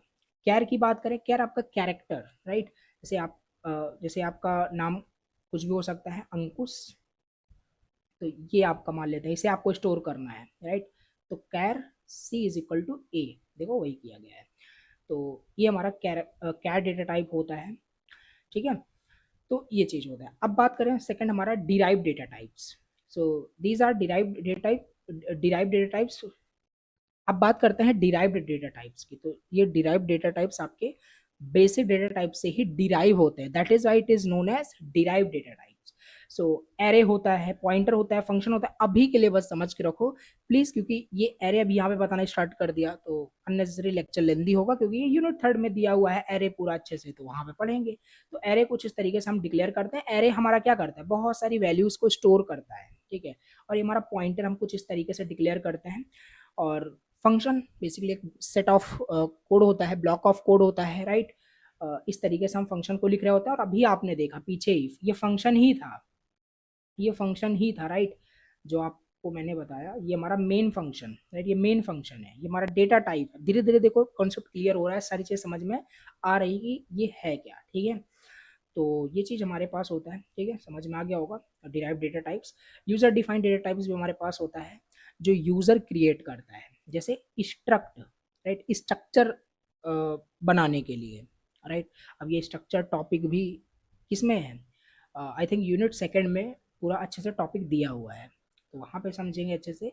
तो इसी में अगर फिर से एक्सप्लेन करना स्टार्ट कर दिए स्ट्रक्चर, तो ये भी अपने आप में बड़ा टॉपिक है, तो कंफ्यूज हो जाओगे। तो पॉइंट वाइज अच्छे से समझो। तो यूजर डिफाइंड डेटा टाइप्स में यही है, स्ट्रक्ट हमारा मतलब स्ट्रक्चर डेटा टाइप होता है, जो यूजर बेसिकली डिफरेंट डिफरेंट जो हमारे पास डेटा टाइप होते हैं और उसको ग्रुप करने के लिए हम स्ट्रक्चर क्रिएट करते हैं। यूनियन होता है जो मेमोरी शेयर करता है। इनम जो कॉन्स्टेंट वैल्यू डिफाइन करता है। टाइप डेफ हमारे पास होता है जो न्यू नेम देता है डेटा टाइप का। ओके, यस, ये हमारे पास हो गया डेटा टाइप, बहुत इंपॉर्टेंट था, जस्ट आपको ये समझ के रखना है। अब जैसे एग्जाम में आएगा 7 मार्क्स में, तो इन सबको टेबल में लिखना और साथ ही साथ प्रोग्राम बना देना। तो ये काफ़ी इंपॉर्टेंट आपका टॉपिक है, आई होप आपको समझ में आ गया होगा, ठीक है। अब बात करते हैं नेक्स्ट टॉपिक हमारे पास है variable. What is variable, variable क्या होता है, देखो सिंपल। अभी तक हम क्या कर रहे थे, राइट, अपने मेन फंक्शन में, अपने प्रोग्राम में हम जैसे वहाँ पे आपने देखा था int a is equal to 5 कर रहे थे, 10 कर रहे थे। यहाँ पे मैंने आपको बताया भी था ये हमारा डेटा टाइप होता है, क्लियर हो गया, राइट। ये बेसिक डेटा टाइप हो गया। अब ये जो यहाँ पे हम लिखते हैं ए बी सी कुछ भी यहाँ पे लिख सकते हो, ठीक है, ये आपका वेरिएबल होता है, एक कंटेनर होता है। जैसे आपके किचन में बहुत सारा मतलब बॉक्स रखा होगा, किसी में शुगर रखा होगा, किसी में सॉल्ट रखा होगा, ठीक है। तो क्या होता है बेसिकली, वो क्या कर रहा है, कंटेन किया है, कोई चीज वो स्टोर करके रख रहा है, ठीक है। उसी तरीके से ये भी हमारा एक कंटेनर होता है। जैसे एज नाम का एक वेरिएबल कंटेनर है जो 20 को कंटेन करके रख रहा है, राइट। तो age is a variable, right, जो एक वैल्यू को स्टोर करता है। यस, अब बताओ जैसे किचन में जो भी आपका सामान होता है उस बॉक्स में रखा होता है, उस बॉक्स में से हम सामान को निकाल करके दूसरा सामान भी वहां पे हम रख सकते हैं सेम बॉक्स में। तो वैसे यहाँ पे भी होता है, जैसे जैसे आपने ऊपर मान लेते हैं int age equal to 10 declare कर दिया, अब नीचे आकर के आप 10 था इसमें आपने 5 स्टोर कर दिया, अब प्रिंट करोगे यहाँ पे तो 5 प्रिंट होगा, ठीक है। तो ये हमारा बेसिकली वेरिएबल का बेसिकली कॉन्सेप्ट होता है। आई होप आपको समझ में आ गया होगा। चलो थोड़ा सा अब समझते हैं यहाँ पे टाइप्स ऑफ वेरिएबल क्या होता है, राइट। अब इसका थोड़ा सा प्रैक्टिकल भी मैं आपको बता दूंगा, समझ में आ जाएगा और अच्छे से, ठीक है। तो डिफरेंट टाइप्स के वेरिएबल होते हैं। लोकल वेरिएबल होता है बेसिकली जो किसी फंक्शन के अंदर हमारा रहता है, ठीक है, इनसाइड अ फंक्शन और अ ब्लॉक, राइट, ये हमारा लोकल वेरिएबल होता है। ग्लोबल वेरिएबल होता है जो सारे फंक्शन के बाहर वो हमारा बोल सकते हो डिक्लेयर किया जाता है, वो हमारा होता है ग्लोबल वेरिएबल, ठीक है। इस तरीके से करते हैं। और स्टैटिक वेरिएबल, स्टैटिक कीवर्ड का यूज करके आओ तीनों को पहले मैं प्रैक्टिकल करके आपको बताता हूँ, नहीं तो ऐसे कुछ समझ में नहीं आएगा, ठीक है। तो फिर से यहाँ पे हमने ओपन किया ये, तो हम वेरिएबल समझ रहे थे, तो यही है सिंपल। ए क्या है, वेरिएबल, बी क्या है, वेरिएबल, ठीक है। तो अब बेसिकली टाइप्स ऑफ वेरिएबल हमने समझा। लोकल वेरिएबल, राइट, पहला हमारे पास है local variable, int is equal to 100 कर देते हैं, ठीक है, और इसे प्रिंट करते हैं, इसे प्रिंट करते हैं, राइट। अगर ए को डायरेक्ट आप प्रिंट करोगे तो एरर आएगा। एरर क्यों आ रहा है, क्योंकि आपने यहाँ पे फॉर्मेट स्पेसिफायर नहीं दिया है। फॉर्मेट स्पेसिफायर इंटीजर के लिए %d होता है। रन करोगे अब हमारे पास 100 प्रिंट हो जाएगा। तो ये ए क्या है, हमारा वेरिएबल है। किस टाइप का वेरिएबल है, लोकल वेरिएबल, लोकल वेरिएबल। क्यों लोकल वेरिएबल है आपका? क्योंकि ये किसी फंक्शन के अंदर लिखा हुआ है, करली ब्रेसेस के अंदर लिखा हुआ है। अगर मैं यहाँ पे आकर के यहाँ पे अगर मैं प्रिंट करूँ, यहाँ पे अगर मैं प्रिंट करूँ ए को, क्या प्रिंट होगा? क्या यहाँ पे हमारा ए प्रिंट हो जाएगा कि नहीं? यहाँ से हटा देते हैं, ठीक है। तो बिल्कुल भी नहीं प्रिंट होगा, यहाँ पे एरर आ जाएगा, राइट। ये देखो, बिल्कुल आप इसे प्रिंट नहीं कर सकते, क्योंकि जो ए वेरिएबल जो डिक्लेयर है वो इस मेथड के अंदर, इस फंक्शन के अंदर है, तो यहीं तक एक्सेस कर पाओगे, इसके बाहर कैसे कर पाओगे? अगर यही सेम चीज यहाँ पे कर दो, कोई इशू नहीं है, प्रिंट होकर के देखो आ जाएगा। ये लोकल वेरिएबल होता है। आई होप समझ में आ गया होगा। अब बात करते हैं यहाँ पे ग्लोबल वेरिएबल के बारे में। ग्लोबल वेरिएबल का बेसिकली मतलब होता है कि आप उसे किसी फंक्शन के बाहर, मतलब सारे फंक्शन के बाहर लिख दो, मतलब यहाँ पे कहीं आप डिक्लेयर कर दो टॉप पे सबसे, ठीक है। ये होता है ग्लोबली डिक्लेयर कर दिया। अगर यहाँ पे मैं int x is equal to 5 कर दूं, ये देखो, मतलब ये जो वेरिएबल है ना, ये हमारा ग्लोबल वेरिएबल है। This is global variable. अब हम इस एक्स को इसे हटा देते हैं, चलो इसे ऐसे रहने देते हैं, ठीक है। तो यहाँ पे अब मैं क्या करूँगा, इसे ना प्रिंट करके हम एक्स को प्रिंट करने की कोशिश करेंगे, ठीक है। तो यहाँ पे सिंपल %t करते हैं स्ट्रिंग के अंदर, ठीक है। यहाँ पे मैं क्या करूँगा, एक्स को प्रिंट करूँगा। क्या बताओ, प्रिंट हो जाएगा कि नहीं प्रिंट हो जाएगा? यस। यहाँ पे बेसिकली हमारा 5 प्रिंट हो जाएगा, राइट। अब अच्छा, अब जैसे मान लेते हैं, जैसे पहली बार जो हमने करके देखा था, अगर यही सेम चीज यहाँ पे outside of the main function right करते हैं, राइट। एक सेकेंड, अगर यही सेम चीज यहाँ पे राइट कर दे, क्या बताओ यहाँ पे एक्स की वैल्यू प्रिंट हो जाएगी कि नहीं? तो इसका आंसर है नहीं प्रिंट होगा, एरर आ जाएगा। क्यों? क्योंकि ग्लोबल वेरिएबल का मतलब है कि सारे फंक्शन के बाहर होना चाहिए, लेकिन मेन फंक्शन के अंदर होना चाहिए। आपको याद होगा मेन फंक्शन क्या है? मेन फंक्शन हमारा एंट्री पॉइंट होता है। मतलब जो भी कोड लिखोगे आप इसी के अंदर लिखोगे, इसके बाहर कोई भी कोड नहीं लिखोगे, ठीक है। तो ये इसके अंदर आपको लिखना पड़ेगा। अब इस मेन फंक्शन के अंदर हम बहुत सारा फंक्शन, यूजर डिफाइंड फंक्शन बनाते हैं, उसके बाहर हम डिफाइन कर सकते हैं, ठीक है। लेकिन मेन फंक्शन के आपका अंदर होना चाहिए। तो ये होता है ग्लोबल वेरिएबल। इसी तरीके से हमारा स्टैटिक वेरिएबल भी होता है, राइट। इसी तरीके से स्टैटिक वेरिएबल होता है, और स्टैटिक वेरिएबल हम स्टैटिक कीवर्ड का यूज करके लिख रहे होते हैं, ठीक है। Static int count is equal to 0 कर देते हैं। ये देखो, इसको भी प्रिंट करोगे तो ये भी हमारा प्रिंट हो जाएगा, कोई इशू नहीं है। %d दिस इज काउंट, यहाँ पे ऑब्वियस सी बात है प्रिंट हो जाएगा, काउंट की वैल्यू 0 प्रिंट हो जाएगा, ठीक है। बेसिकली ये स्टैटिक वेरिएबल ये आपका फंक्शन कॉल के बीच में यूज हो रहा होता है, और स्टैटिक कीवर्ड का यूज करके हम स्टैटिक वेरिएबल को डिफाइन करते हैं, ठीक है। आई होप आपको समझ में आ गया होगा। ओके, तो एक बार फिर से देख लेते हैं टाइप्स ऑफ वेरिएबल में, वही सेम चीज़ है। स्टैटिक वेरिएबल बेसिकली क्या होता है, retains it value between function call and function. तो स्टैटिक वेरिएबल बेसिकली आपका ये होता है, ठीक है, डिक्लेयर करता है स्टैटिक कीवर्ड का यूज करके। आई होप समझ में आ गया होगा। अब बात करते हैं नेक्स्ट टॉपिक, जो कि है कांस्टेंट। क्या होता है, व्हाट इज कांस्टेंट? कांस्टेंट कुछ अलग टॉपिक नहीं है।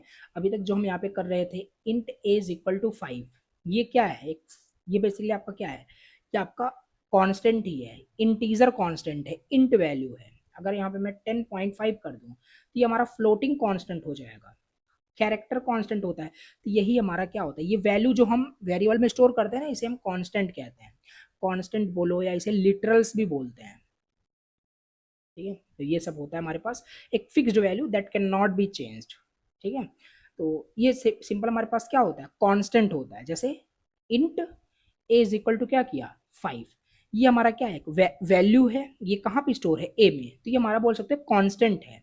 अब हम इसे कांस्टेंट कब बनाएंगे, देखो जैसे एक चीज मैं आपको थोड़ा सा दिखाता हूँ, ठीक है। यहाँ पे आते हैं, ओके, ये सारी चीजें मैं फिलहाल के लिए हटा देता हूँ, जैसे कंफ्यूजन ना हो, ठीक है। जैसे अभी हमारे पास ए की वैल्यू 100 है, ठीक है। नीचे एक ए की वैल्यू हमने 10 कर दिया। अब हम अगर यहाँ पे मैं ए की वैल्यू प्रिंट करें तो क्या प्रिंट होगा, ऑब्वियस सी बात है 10 प्रिंट होगा, क्योंकि हमने पहले 100 था उसको हटा करके 10 कर दिया, ठीक है। तो अभी कर पा रहे हैं, लेकिन कांस्टेंट का मतलब यही है, अगर इसे हम क्या कर दें, कॉन्स्ट कर दें। ये देखो, कॉन्स्ट मतलब कॉन्स्ट कीवर्ड होता है, कॉन्स्ट कीवर्ड इसके आगे लगा दिया। अब बेसिकली इसकी वैल्यू देखो हम चेंज नहीं कर सकते, एरर आएगा, एरर आएगा, ठीक है। तो वही बताया जा रहा है, right. Assignment of read only variable, मतलब इसे आप खाली रीड कर सकते हो, पढ़ सकते हो, प्रिंट कर सकते हो, लेकिन चेंज नहीं कर सकते। अगर इसे हटा दो तो एरर सॉल्व हो जाएगा, प्रिंट हो जाएगा, लेकिन चेंज नहीं होगा। तो यही तो है कांस्टेंट का मतलब, राइट, कि कांस्टेंट होता क्या है। आई होप आपको समझ में आ गया होगा। ये प्रोग्राम देखो वही कह रहा है। ओके, डिस्कस करते हैं जो कि बहुत ज़्यादा इंपॉर्टेंट है अगेन, ठीक है। ऑपरेटर क्या होता है सी प्रोग्रामिंग लैंग्वेज में? ऑपरेटर सिंपल, अभी हमने क्या किया था थोड़े टाइम पहले, दो नंबर को ऐड करने का प्रोग्राम बनाया था, जिसमें हम क्या कर रहे थे, जिसमें बेसिकली हम दो नंबर को ऐड कर रहे थे, ए प्लस बी कर रहे थे। तो ये क्या है, ये प्लस क्या है, प्लस ही हमारा ऑपरेटर होता है, राइट। और ये जो बेसिकली होता है, राइट, ये इसे हम ऑपरेंड बोलते हैं।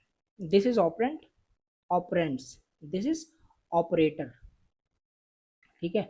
तो ये हमारा होता है, ये बेसिकली ऑपरेटर होता है। इसकी जगह जैसे प्लस है तो यहाँ माइनस हो सकता है, मल्टीप्लिकेशन हो सकता है, डिवीजन हो सकता है, मॉडुलस हो सकता है। तो ये सब ऑपरेटर ही होते हैं। ऑपरेटर का मतलब एक सिंबल है जो यूज कर जिसका यूज बेसिकली कोई ऑपरेशन परफॉर्म करने के लिए हम यूज करते हैं, ठीक है। तो ऑपरेंड्स वही मैंने आपको बताया, वही लिखा हुआ है। तो यस, अब बहुत सारे टाइप्स के ऑपरेटर होते हैं सी में।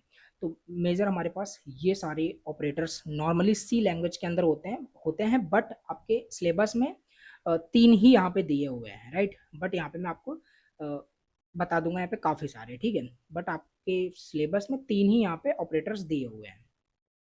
तो आओ समझते हैं यहाँ पे इतने सारे टाइप्स के होते हैं, राइट। बट यहाँ पे जो सिलेबस में है वो पढ़ना है। तो पहला एरिथमेटिक ऑपरेटर।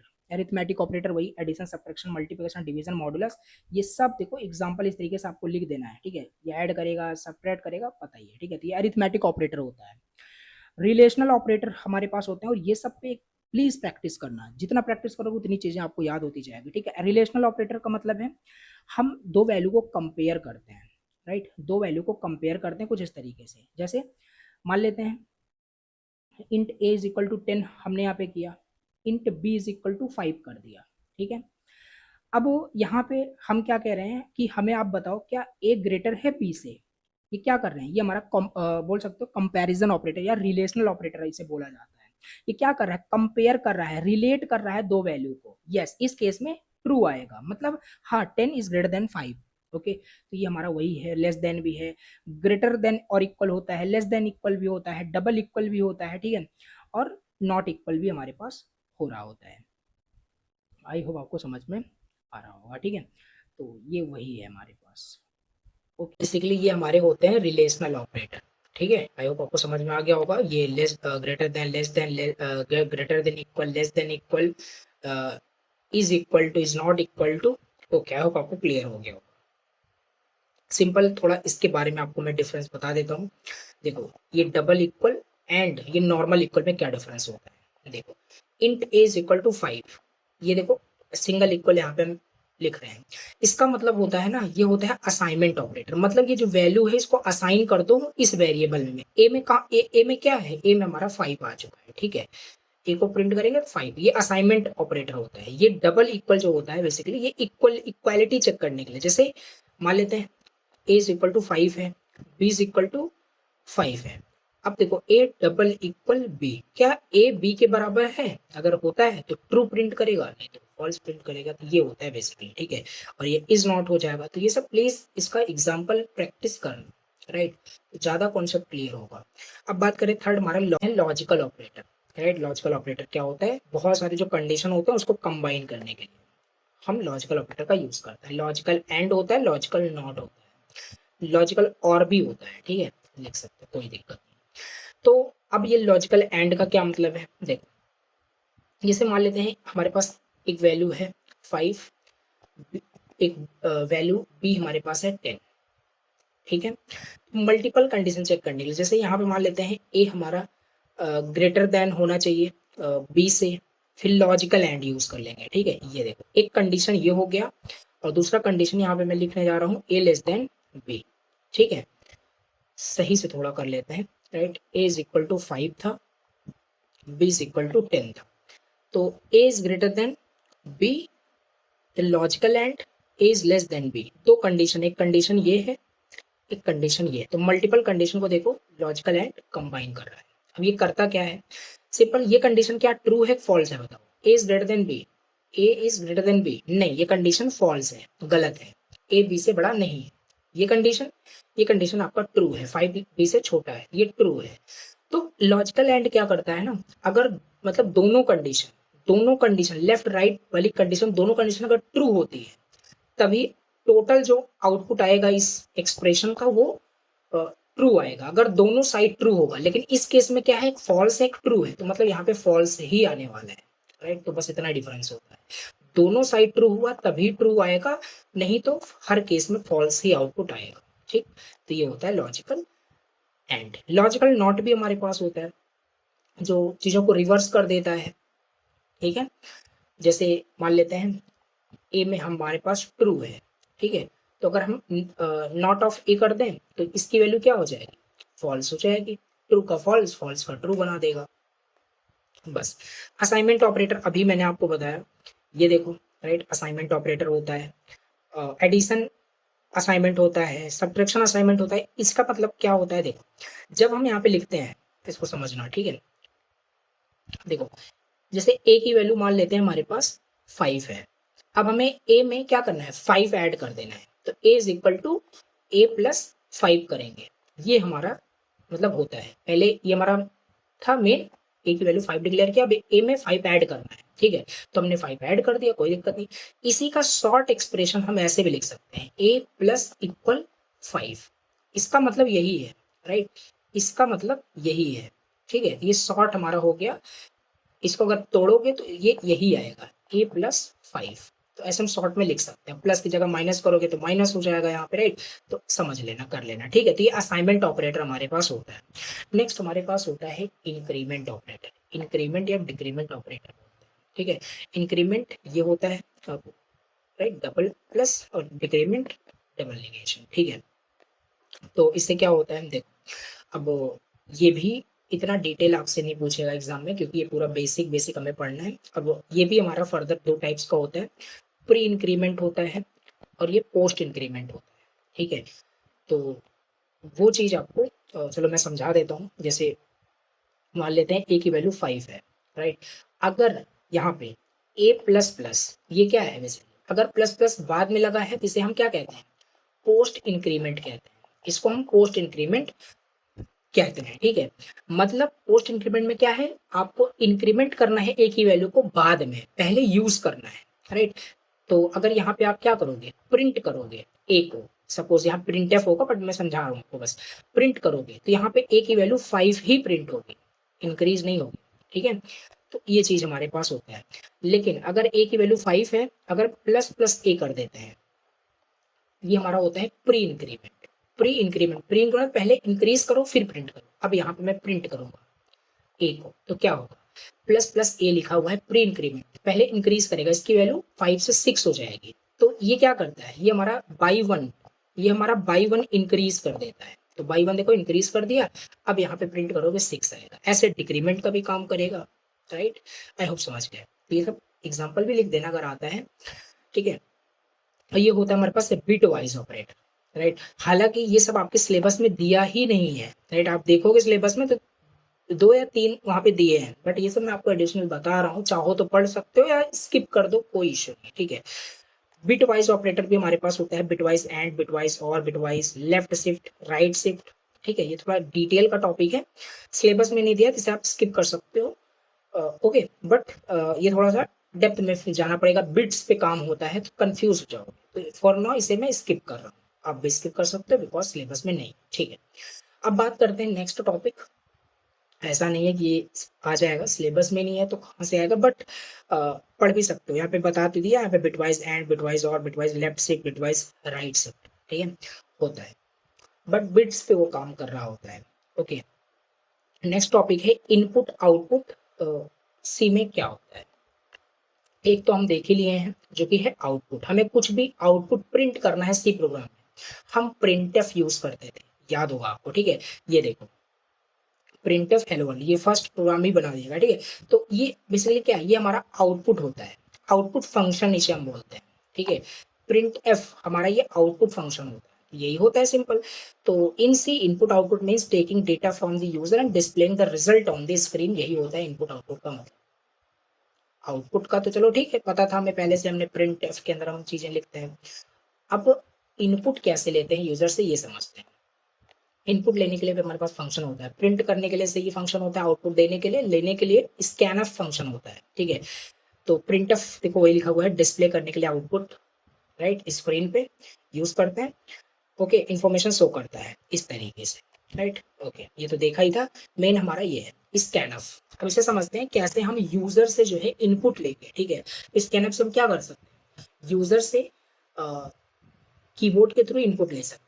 अभी हमने 2 नंबर को ऐड करने का प्रोग्राम पीछे बनाया, तो वहां पे हमने जो भी नंबर था वहां पे इनिशियलाइज कर दिया था, बट क्या हो कि यूजर नंबर इनपुट करे फिर हम ऐड करें, तो ऐसा भी हम प्रोग्राम बना सकते हैं स्कैनफ का यूज करके। तो इससे हम यूजर से इनपुट ले सकते हैं। ये यूजर क्या करेगा, वैल्यू एंटर करेगा इसी फंक्शन की हेल्प से। अभी कैसे आगे बता दो। तो सिंपल यहाँ पे प्रोग्राम देख सकते हो, ऐसा लिखा हुआ है, वही same header file, main function, ऐसे ही हर कोड ऐसे ही होगा। मेन लॉजिक हमारा यहाँ पे लिखा जाता है मेन फंक्शन के अंदर, ठीक है। तो यहाँ पे क्या किया गया है, वेरिएबल डिक्लेयर किया गया है। फिर यहाँ पे देखो क्या बोला जा रहा है, एंटर योर एज, वो अपनी एज एंटर करेगा। यहाँ पे हमारा है मेन स्कैनर फंक्शन यूज किया गया है।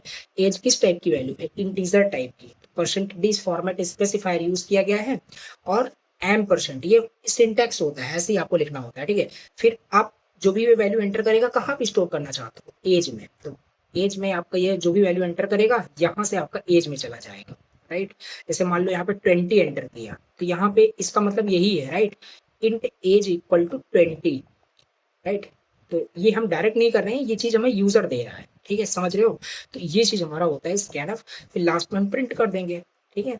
तो ये चीज होता है। अब हम यहाँ पे ये क्यों यूज करते हैं, राइट, बेसिकली ये हमारा बताता है कि वैल्यू स्टोर करना कहाँ है, एज में करना है, तो इस वजह से यहाँ पे हम इस तरीके से लिखते हैं। आओ जल्दी से क्या करते हैं, इसका थोड़ा सा देख लेते हैं प्रोग्राम बेसिक सा कैसे इसको हम करते हैं, ठीक है।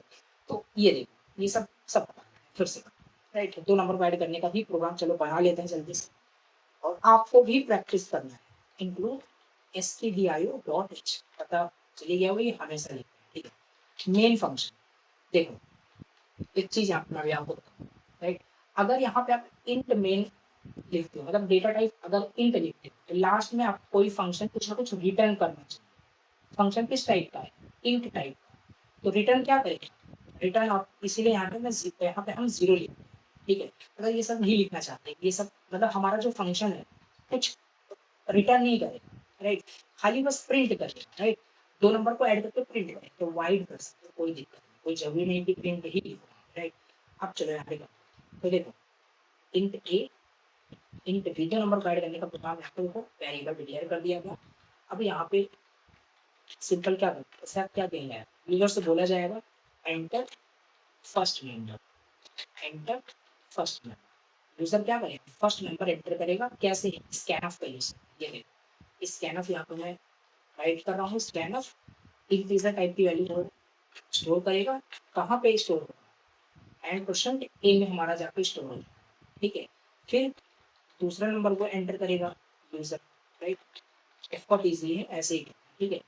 Enter second number, enter second, तो वो क्या करेगा, सेकेंड नंबर को एंटर करेगा, अगेन स्कैनफ, और इस तरीके से आप हम करेंगे, ठीक है। परसेंट डी एंड परसेंट, यहाँ पे परसेंट एफ का कर सकते हो, परसेंट एफ मतलब फ्लोट वैल्यू एंटर, फ्लोट यहाँ पे भी आपको फ्लोट करना, क्योंकि फ्लोट इनपुट आप ले रहे हो फ्लोट में ही स्टोर, और ना यहाँ पे इंटीजर है, 2 नंबर देखो वो एंटर कर देगा, ठीक है। 2 नंबर को चलो ऐड कर देते हैं, फिर 2 नंबर को सिंपल ऐड कर देता है इस तरीके से, सम इज परसेंट डी, और जो भी होगा यहाँ पे सम को प्रिंट कर दिया जाए, दैट्स राइट। अब रन करोगे तो एग्जीक्यूट हो जाएगा। फर्स्ट नंबर आपसे पूछना है तो फर्स्ट नंबर 10 एंटर कर देते हैं, सेकंड नंबर यहाँ पे 20 एंटर कर देते हैं, रिजल्ट हमारा देखो 30 आ चुका, रिजल्ट क्या आ गया 30। चलो फिर से रन करके देखते हैं,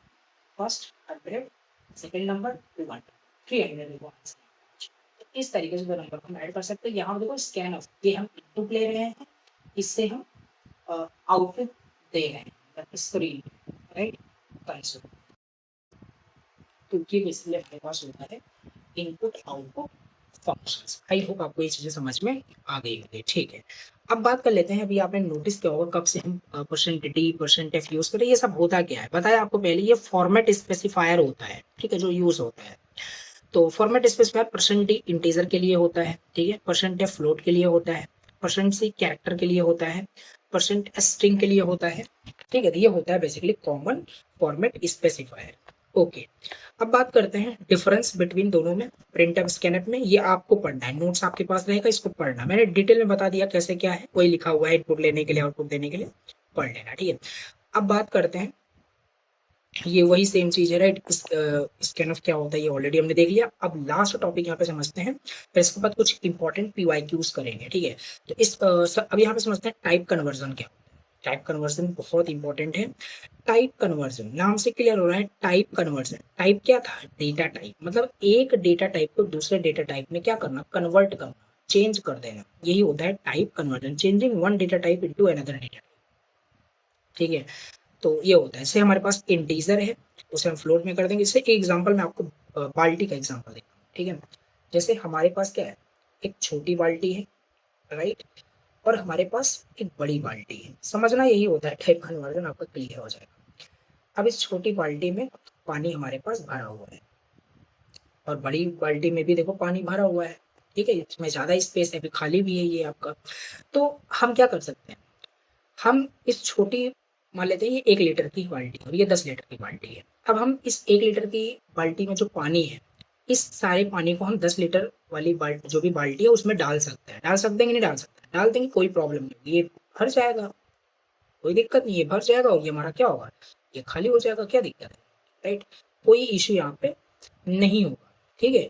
यही होता है, एक डेटा टाइप को दूसरे डेटा टाइप में देखो कन्वर्ट किया जा रहा है, और ये जो कन्वर्जन हुआ, राइट, छोटे डेटा मतलब छोटा जो क्वांटिटी था वो बड़ी क्वांटिटी में कन्वर्ट हो गया, ये हमारा होता है implicit type conversion, right. Automatically ये होता है, इसे हम बस हमें कन्वर्ट मतलब कुछ करेंगे थोड़ी ना, बस पलट देंगे, राइट, अपने आप हो जाएगा, ठीक है। तो ये होता है इम्प्लिसिट, ऑटोमेटिकली। अब बताओ क्या हम ऐसा कर सकते हैं, राइट, क्या हम ऐसा कर सकते हैं, ये 10 लीटर की जो बाल्टी है इसमें जो पानी भरा हुआ है, राइट, इसको इसमें डाल सकते हैं, वन लीटर की जो भी बाल्टी है, राइट, नहीं, नहीं कर सकते, ठीक है। आपका सारा पानी ओवरफ्लो कर जाएगा, बह जाएगा, स्पिल कर जाएगा, ठीक है। तो अब आओ समझते हैं, आई होप इतना कॉन्सेप्ट समझ में आया कि नहीं। तो यही होता है। तो टाइप्स ऑफ टाइप कन्वर्जन में इम्प्लिसिट टाइप कन्वर्जन होता है, इसमें मतलब जो छोटा डेटा टाइप होता है वो कन्वर्ट हो जाता है बेसिकली अपने आप बड़े डेटा टाइप में, ठीक है। जैसे देखो ये प्रोग्राम है, int a is equal to 10, float b is equal to a, ये किया गया है, राइट। अब देखो यहाँ पे क्या हो रहा है, यहाँ पे इम्प्लिसिट टाइप कन्वर्जन हो रहा है, ए की वैल्यू 10 है, राइट, फ्लोट बी किया गया। अब बी में मतलब फ्लोट बी में ए डाल दिया गया, राइट, बी में ए डाल दिया गया। बी क्या है, फ्लोट टाइप की वैल्यू कंटेन करेगा, मतलब डेसिमल। तो बी में हमारा 10.000 ऐसे करके आ जाएगा, वही तो यहाँ पे किया गया है, ये देखो। तो ये कन्वर्ट हो जाएगा, ठीक है, अपने आप। ओके, अब एक्सप्लिसिट टाइप कन्वर्जन की बात करें, जिसे हम टाइप कास्टिंग भी कहते हैं, right, this is known as type casting. तो देखो ये हमारा प्रोग्राम है, इसमें हम क्या करते हैं ना, और इस जो एक्सप्लिसिट टाइप कन्वर्जन होता है, जो टाइप कास्टिंग होता है, इसे हम बेसिकली बोल सकते हो, बेसिकली ये हमारा बोल सकते हो लॉसी कन्वर्जन होता है। लॉसी कन्वर्जन मतलब इसमें हमारा डेटा लॉस हो जाता है, ये हमारा लॉसी कन्वर्जन होता है, इसमें इसमें हमारा डेटा लॉस हो जाता है। कैसे, देखो जैसे यहाँ पे पीछे जो किया था ना, ये हमारा इंटीजर जो होता है इसका डेटा टाइप ये छोटा डेटा टाइप होता है, ये फ्लोट हमारा बड़ा डेटा टाइप होता है। तो छोटे डेटा टाइप को देखो हम बड़े डेटा टाइप में कन्वर्ट कर रहे हैं, मतलब छोटे डेटा टाइप के वैल्यू को बड़े डेटा टाइप में स्टोर कर रहे हैं, जो कि स्टोर हो जाएगा, कोई दिक्कत नहीं होगा। लेकिन यहाँ पे देखना, यहाँ पे दूसरा है, सारी चीजें, ठीक है। यहाँ पे बड़े डेटा टाइप को छोटे डेटा टाइप में डाला जा रहा है, इससे चीजें हमारी लॉस हो जाएगी। जैसे देखो फ्लोट, जैसे ऐसे समझ लेते हैं, फ्लोट किया गया परसेंटेज, परसेंटेज मान लेते हैं किसी का 98.75 है, ठीक है, ये मान लेते हैं परसेंटेज करके वेरिएबल, इसमें परसेंटेज स्टोर है। अब इसकी वैल्यू को हम कहाँ पे डाल रहे हैं, इसकी वैल्यू को मान लेते हैं इंट बी करके एक वेरिएबल बनाते हैं, और इसमें हम यहाँ पे क्या कर रहे हैं, इसकी वैल्यू को पहले इसको डिक्लेयर करते हैं, इनिशियलाइज करते हैं। बी में हम क्या करते हैं, परसेंटेज को स्टोर कर देते हैं, जैसे पीछे किया था। क्या ये चीज़ हमारी वैलिड है यहाँ पे? बताओ, क्या ये चीज़ वैलिड है? पहले जब आप इसको कोड लिखोगे तो आपको वार्निंग देगा, मे बी एरर दे सकता है। क्यों? क्योंकि आपको बताएगा कि आप जो वैल्यू यहाँ पे चेंज करना चाहते हैं, डेटा टाइप बड़े, आप बड़े डेटा टाइप को छोटे डेटा टाइप में कन्वर्ट करने की कोशिश कर रहे हो, इससे क्या होगा? लॉसी कन्वर्जन होगा बेसिकली। जैसे 98.75 है, इसको आप इंटीजर बनाना चाहते हो, इसको इंटीजर बनाओगे तो क्या होगा? इसको इंटीजर बनाओगे तो 98 आएगा। अब ये बताओ, अगर ये कन्वर्ट हो जाए 98 इसमें आ जाए, बी में 98 आ जाए, तो ये जिसका भी परसेंटेज होगा उसके लिए 0.75 भी बहुत ही ज्यादा इंपॉर्टेंट होता है। मतलब लॉस कर दिया उसका डेटा आपने, तो ये लॉसी कन्वर्जन हो गया। इस वजह से इस तरीके से आपका पॉसिबल नहीं है। लेकिन अगर आप मतलब फोर्सफुली करना चाहते हो कि नहीं मुझे करना ही है, मुझे इंटीजर में कन्वर्ट करना ही है, तो ये ऑटोमेटिकली तो नहीं होगा, ये क्लियर हो गया, due to lossy conversion, right. लेकिन इसे हम टाइप कास्ट कर सकते हैं, मतलब कुछ कोड लिख करके हम इसे फोर्सफुली कन्वर्ट कर सकते हैं। तो देखो, टाइप कास्टिंग हम ऐसे करते हैं, ये हमारा फ्लोट था, इसे हमें किस में कन्वर्ट करना है? इंटीजर में। तो हम ऐसे पैरेंथेसिस लिखते हैं और यहाँ पे इंट डेटा टाइप लिख देते हैं। यस, अब ये हमारा फोर्सफुली कन्वर्ट हो जाएगा और बी में हमारे पास 98 आ जाएगा। अब यहाँ पे ये चीज आपकी वेस्ट हो गई, तो यही होता है, लॉसी कन्वर्जन हो ही जाएगा। ये देखो, वही सेम चीज यहाँ पे किया गया है, राइट। आई होप कॉन्सेप्ट समझ में आया कि नहीं? नाइस, अब समझते हैं नेक्स्ट यहाँ पे क्या है, एक्सप्रेशन क्या होता है। कुछ नया नहीं है यहाँ पे, राइट। एक्सप्रेशन मतलब वही जो आप लिख रहे थे, right. Int is equal to 10, b is equal to 5, ये आपका क्या है? एक्सप्रेशन है। एक्सप्रेशन मतलब combination of variable constant operation that produce a value, यही होता है एक्सप्रेशन। बेसिकली एक कैलकुलेशन होता है जो कुछ ना कुछ आंसर हमें दे रहा होता है। ये देखो, ये हमें दे रहा है 15 दे रहा है, ठीक है, तो ये एक्सप्रेशन होता है, ये हो गया। अब आपका सिलेबस हो गया है कंप्लीट। सिलेबस के अकॉर्डिंग जो कुछ भी था मैंने प्रैक्टिकल सारी चीजें करके बता दी, ठीक है, सारी चीजें सारे टॉपिक्स कवर कर दिया। अब लेकिन एग्जाम में कुछ भी आ सकता है, राइट, तो सारी चीजें मैं कवर करा रहा हूँ यहाँ पे। इंपॉर्टेंट पीवाईक्यूज, इंपॉर्टेंट क्वेश्चंस और डिस्कस करते हैं जो ओल्ड सिलेबस में था बट न्यू सिलेबस में नहीं है, बट समझ लेना वो बेटर है, ठीक है। तो समझते हैं पहले ये असेंबलर क्या है, कंपाइलर क्या है, इंटरप्रेटर क्या है, ये सारी चीजें देखो। आपको याद होगा, अभी जस्ट मैंने आपको पीछे ही बताया था स्टार्टिंग में, आप क्या करते हो? कंप्यूटर से बात कर रहे हो, यू एंड कंप्यूटर, राइट। बात करते हो किसका यूज करके? प्रोग्रामिंग लैंग्वेज का यूज करके। Here is a catch, right. यहाँ पे आप डायरेक्ट कंप्यूटर से बात नहीं कर सकते। क्यों? अब देखो, यहाँ पे वही बात हो गया, यहाँ पे आपका दोस्त है, ठीक है, यू एंड फ्रेंड, समझो ऐसे ही समझना आ जाएगा, वो तीनों जो भी है। तो अगर आपको अपने दोस्त, जैसे मान लेते हैं आपको आती है हिंदी और आपके दोस्त को आती है तमिल, राइट।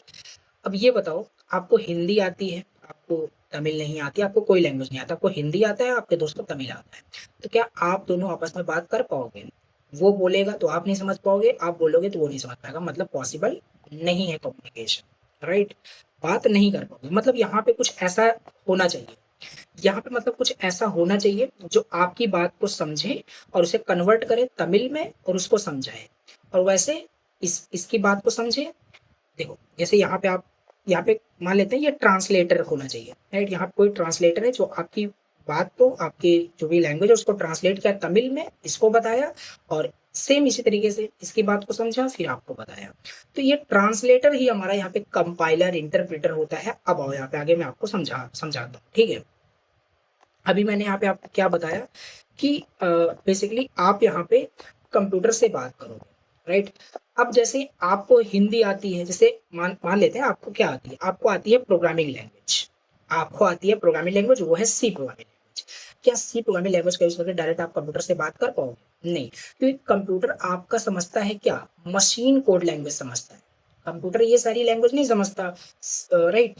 जो भी हाई लेवल लैंग्वेज आप पढ़ रहे हो, नहीं, कंप्यूटर समझता है मशीन कोड। मशीन कोड मतलब 0101100010, आपने देखा होगा लैपटॉप कंप्यूटर में ये सारे कोड होते हैं बेसिकली, तो ये मशीन कोड होता है। मशीन जो कंप्यूटर होता है वो मशीन कोड को समझता है, ठीक है। तो आपको फिर मशीन कोड समझना पड़ेगा, मशीन कोड सीखना पड़ेगा, और मशीन कोड पढ़ना सीखना बहुत टफ होता है, राइट। इस वजह से यहाँ पे बीच में हमारे पास एक ट्रांसलेटर आता है जिसे हम क्या कहते हैं, जिसे हम कहते हैं कंपाइलर, बस। राइट, जिसे हम कहते हैं कंपाइलर। ये कंपाइलर क्या करता है, हमारा जो प्रोग्रामिंग लैंग्वेज जो हाई लेवल लैंग्वेज है इसे कन्वर्ट करता है किस में, मशीन कोड में, ताकि वो जो कंप्यूटर है वो समझ पाए जो हम कहना चाहते हैं। राइट, ये कंपाइलर एक ट्रांसलेटर की तरह ही होता है। दैट इज इट, वही यहाँ पे लिखा हुआ है, हाई लेवल लैंग्वेज को मशीन लैंग्वेज में, मशीन कोड में कन्वर्ट करता है। राइट, एक सिस्टम सॉफ्टवेयर होता है जो, और देखो जब आप कोड करोगे, अभी तो मैं ऑनलाइन टूल में करके आपको दिखा रहा हूँ, कोई सॉफ्टवेयर डाउनलोड करोगे तो वहाँ पे आप एक कंपाइलर डाउनलोड करोगे ही करोगे, जीसीसी कंपाइलर, राइट, NinjaW करके वो डाउनलोड आप करोगे, जो आपका वो कन्वर्जन कर रहा होगा, तो ये हमारा कंपाइलर होता है। अब यहीं पे समझ लेते हैं ये असेंबलर फिर क्या होता है। देखो, ये तो ऊपर ऊपर से ये डेफिनेशन हो जाता है कि हाँ हाई लेवल लैंग्वेज को मशीन लैंग्वेज में कन्वर्ट करता है, लेकिन एक्चुअल डेफिनेशन ये कंपाइलर का नहीं है। राइट, एक्चुअल डेफिनेशन आपको बता दूं, कंपाइलर क्या करता है ना, हाई लेवल लैंग्वेज को कन्वर्ट करता है, मशीन में नहीं, कन्वर्ट करता है असेंबली लैंग्वेज में। लिंक समझना कैसे है, असेंबली लैंग्वेज में ये कन्वर्ट करता है। कंपाइलर क्या किया, हाई लेवल लैंग्वेज को कन्वर्ट किया असेंबली लैंग्वेज में। अब असेंबली लैंग्वेज क्या होता है, असेंबली लैंग्वेज बेसिकली कंप्यूटर के अंदर होता है, राइट, जो असेंबलर समझ रहा होता है। राइट, हर मशीन के पास, हर सिस्टम के पास, हर मशीन के पास असेंबलर होता है। राइट, अब ये जो असेंबली लैंग्वेज है, राइट, जो असेंबली लैंग्वेज है, ये देखो असेंबली जो लैंग्वेज है ये असेंबलर के पास जाता है, मतलब हर मशीन के पास असेंबलर होता है, ये कन्वर्ट करता है मशीन कोड में। राइट, तो ये होता है बेसिकली असेंबलर। असेंबलर क्या करता है, असेंबलर भी एक ट्रांसलेटर है जो असेंबली लैंग्वेज को कन्वर्ट करता है मशीन कोड में। तो कंपाइलर का एक्चुअल डेफिनेशन क्या है, कंपाइलर का एक्चुअल डेफिनेशन ये है, हाई लेवल लैंग्वेज को असेंबली लैंग्वेज में कन्वर्ट करता है, फिर असेंबली लैंग्वेज हमारा कन्वर्ट होता है मशीन कोड, क्योंकि ये असेंबली कोड मशीन कोड में इंटरनली कन्वर्ट हो जाता है, क्योंकि हर मशीन के पास अपने आप उसका असेंबलर होता है, वो कर देता है। ठीक है, तो ऊपर ऊपर से हम यही बोल देते हैं कि हाई लेवल मशीन लैंग्वेज में कन्वर्ट होता है कंपाइलर। कोई भी डेफिनेशन कैसे भी बता सकते हैं, मैंने डेप्थ में थोड़ा बता दिया आपको। ठीक है, कंपाइलर हम क्यों यूज करते हैं, तो वही, क्योंकि कंप्यूटर हम खाली 0 1 समझता है, ट्रांसलेट करने के लिए हम कंपाइलर यूज करते हैं। अब ये इंटरप्रेटर क्या होता है, देखो इंटरप्रेटर का मतलब क्या होता है, थोड़ा सा इसको भी समझा देता हूँ। यहाँ पे क्या हो, यहाँ पे आप हो और आपका दोस्त है, राइट। अब सिंपल सी बात है, यहाँ पे ना आपका क्या है, इंटरप्रेटर। इंटरप्रेटर का मतलब इंटरप्रेट करना लाइन बाय लाइन, सीक्वेंस में। जैसे आपने बोला, आप एक सेंटेंस बोल रहे हो, hello my name is Ankush, hello my name is Abhishek, ऐसे करके, ठीक है, और आपका दोस्त समझ रहा है क्या, हिंदी मान लेते हैं, तमिल समझ रहा है। आपका दोस्त मान लेते हैं क्या समझ रहा है, आपका दोस्त यहाँ पे मान लेते हैं तमिल समझ रहा है, और आप इंग्लिश बोल रहे हो। तो आप बोलोगे, जैसे यहाँ पे क्या होगा, हेलो, पहले यहाँ पे रहेगा हेलो, मतलब ये लाइन बाय लाइन करेगा, वर्ड बाय वर्ड करेगा। हेलो इनपुट आया, हेलो को ये तुरंत कन्वर्ट कर देगा तमिल में। माई, राइट, माई को ये कन्वर्ट कर देगा तमिल में। नेम, राइट, नेम को कन्वर्ट कर देगा तमिल में। तो लाइन बाय लाइन करेगा। ये इंटरप्रेटर क्या करता है, लाइन बाय लाइन क्या करता है, कोड को कन्वर्ट करता है रिक्वायर्ड लैंग्वेज में, यानी मशीन कोड। लेकिन यहाँ पे अगर इंटरप्रेटर ना होता, यहाँ पे अगर कंपाइलर होता, तो कंपाइलर एक बार में ही पहले वो सुन लेगा, सब कुछ देख लेगा, सारे कोड को स्कैन कर लेगा, हेलो माय नेम इज अभिषेक, पूरा समझ लिया, अब पूरे कोड को क्या करेगा, वो कन्वर्ट करेगा। तो कंपाइलर इंटरप्रेटर में थोड़ा सा डिफरेंस होता है। तो इंटरप्रेटर एक सिस्टम से वही है जो लाइन बाय लाइन करता है, राइट, लाइन टू लाइन। बिल्कुल मत याद करना, कॉन्सेप्ट समझो, जो कॉन्सेप्ट मैं आपको बता रहा हूँ, बस। ठीक है, तो ये इंटरप्रेटर हमारे पास होता है। आई होप आपको समझ में आ गया होगा। ठीक है, तो अब यहाँ पे बात कर लेते हैं, ये लिंकर लोडर क्या होता है। देखो, लिंकर बेसिकली आपका एक प्रोग्राम होता है, राइट, जो बहुत सारे जो ऑब्जेक्ट फाइल्स होते हैं, लाइब्रेरीज होते हैं, उसे लिंक कर देता है एक फाइल के अंदर। ठीक है, आप आगे प्रोग्राम जब बनाओगे तो बहुत सारा कोड लिखोगे, राइट। मान लेते हैं मेन डॉट सी करके आपने फाइल बनाया, स्कैनर डॉट सी करके फाइल बनाया, ये दो अलग अलग फाइल है। जब एक सॉफ्टवेयर बनता है, एक बड़ा बड़ा जो एप्लीकेशन बनता है, वो बहुत सारे उसमें फाइल कोड लिखा होता है। ठीक है, तो अलग अलग फाइल्स को हम क्या करते हैं, लिंक कर देते हैं, एक फाइल में बना देते हैं, एक एग्जीक्यूटेबल फाइल हमारे पास हो जाता है, मेन फाइल, राइट। तो वो हमारा लिंकर ही करता है, जो कंबाइन करता है डिफरेंट ऑब्जेक्ट फाइल्स, लाइब्रेरीज को सिंगल एग्जीक्यूटेबल फाइल। ठीक है, यस, तो ये हमारे पास हो रहा होता है। ठीक है, तो ये लिंकर ही होता है। जैसे एग्जांपल लें, मान लेते हैं फ्लिपकार्ट आप यूज करते हो, शॉपिंग करते हो। फ्लिपकार्ट के अंदर एक प्रोग्राम नहीं लिखा गया है, बहुत सारा मतलब उसमें कोड, लॉजिक कोड लिखा गया है, ठीक है। अब मान लेते हैं यहाँ पे पेमेंट का सारा कोड लिखा गया है, यूजर से पेमेंट लेना है, यहाँ पे ऑर्डर का लिखा हुआ है। तो दोनों को सिंपल कंबाइन करेगा, लिंक करेगा, तो ये मेन हमारा फ्लिपकार्ट हो गया। इसे एग्जीक्यूट करेंगे तो ये सारी चीजें रन कर रही होगी इंटरनेट पे, ठीक है। तो ये कुछ होता है लिंकर का कॉन्सेप्ट, ठीक है। आई होप आपको समझ में आ रहा होगा, ठीक, ओके। अब बात करते हैं लोडर। लोडर क्या होता है? जो भी आपका कोड होता है, जो भी आपका सोर्स कोड होता है, जो भी सी प्रोग्राम आप लिखते हो, उसको लोडर क्या करता है? उसको आपके मेन मेमोरी में लोड करता है। मैंने आपको बताया, कुछ भी आप मोबाइल फोन में कुछ भी कोड या कुछ भी आप यूज करते हो, कोड लिखते हो, प्रोग्राम लिखते हो, वो सब आपका मेन मेमोरी में एग्जीक्यूट होगा, तभी वो एग्जीक्यूट मतलब आपका प्रोग्राम रन करेगा। तो लोडर वही करता है, आपका जो प्रोग्राम होता है उसे मेन मेमोरी में लोड करता है। किसमें? रैम में, बताया था पहले। अब कंपाइलर इंटरप्रेटर में ये डिफरेंस लिखा हुआ है। अब इसको आपको पढ़ना है, नोट्स आपके पास रहेगा। मैंने कंपाइलर इंटरप्रेटर को डिटेल में आपको बता दिया, या देख सकते, पढ़ सकते, वही लिखा हुआ है। सारे प्रोग्राम को एक बार में ही कन्वर्ट कर देता है, ये लाइन बाय लाइन करता है, ठीक है। कंपाइलर आफ्टर कंपाइलेशन एग्जीक्यूट होता है कोड, ये ड्यूरिंग ट्रांसलेशन ही कर रहा होता है। ये फास्ट होता है, ये स्लो होता है, क्योंकि लाइन बाय लाइन करेगा तो स्लो ही होगा, ठीक है। कंपाइलर हमारा सी प्रोग्रामिंग लैंग्वेज में कंपाइलर यूज होता है, सी प्लस प्लस में होता है। इंटरप्रेटर में पाइथन जावा स्क्रिप्ट जो लैंग्वेज होता है, इसमें हमारा इंटरप्रेटर यूज होता है। तो ये हो गया। लास्ट समझ लेते हैं यहाँ पे एल्गोरिदम क्या होता है। देखो, समझो एल्गोरिदम बेसिकली, देखो हम जैसे अभी आप हमने वहाँ पे देखा, राइट, हमने पीछे ही देखा था, right a program to add two number, दो नंबर को ऐड करने का हमने प्रोग्राम बनाया। तो एल्गोरिथम का मतलब होता है ना, set of procedure, step by step instruction to solve any problem, right. कोई भी प्रॉब्लम है उसका स्टेप बाय स्टेप सोल्यूशन बनाइए और उसी को लिखिए आप, तो उसे हम एल्गोरिथम कह देते हैं। जैसे मान लो चाय बनाना एक प्रॉब्लम है, किसी को बनाना नहीं आता होगा तो प्रॉब्लम है, तो उसको एल्गोरिथम बनाना है। तो पहले हम क्या करेंगे, पानी लेंगे, मिल्क लेंगे, राइट, टी लेंगे, बहुत सारी चीजें वहां पे लेंगे, राइट। उसके बाद हम फिर वहां पे उसको प्रिपेयर करेंगे चाहो तो। एक देखो स्टेप बाय स्टेप प्रोसीजर होता है उस चीज का। उसी तरीके से दो नंबर को ऐड करने का भी प्रोसीजर है। पहले हम क्या करेंगे, इनपुट लेंगे, राइट, ए बी यानी दो नंबर को इनपुट लेंगे, फिर उसको हम ऐड करेंगे, फिर उसको हम प्रिंट करेंगे आउटपुट पे, ठीक है। तो ये हमारा होता है algorithm, right, step by step procedure to solve any problem.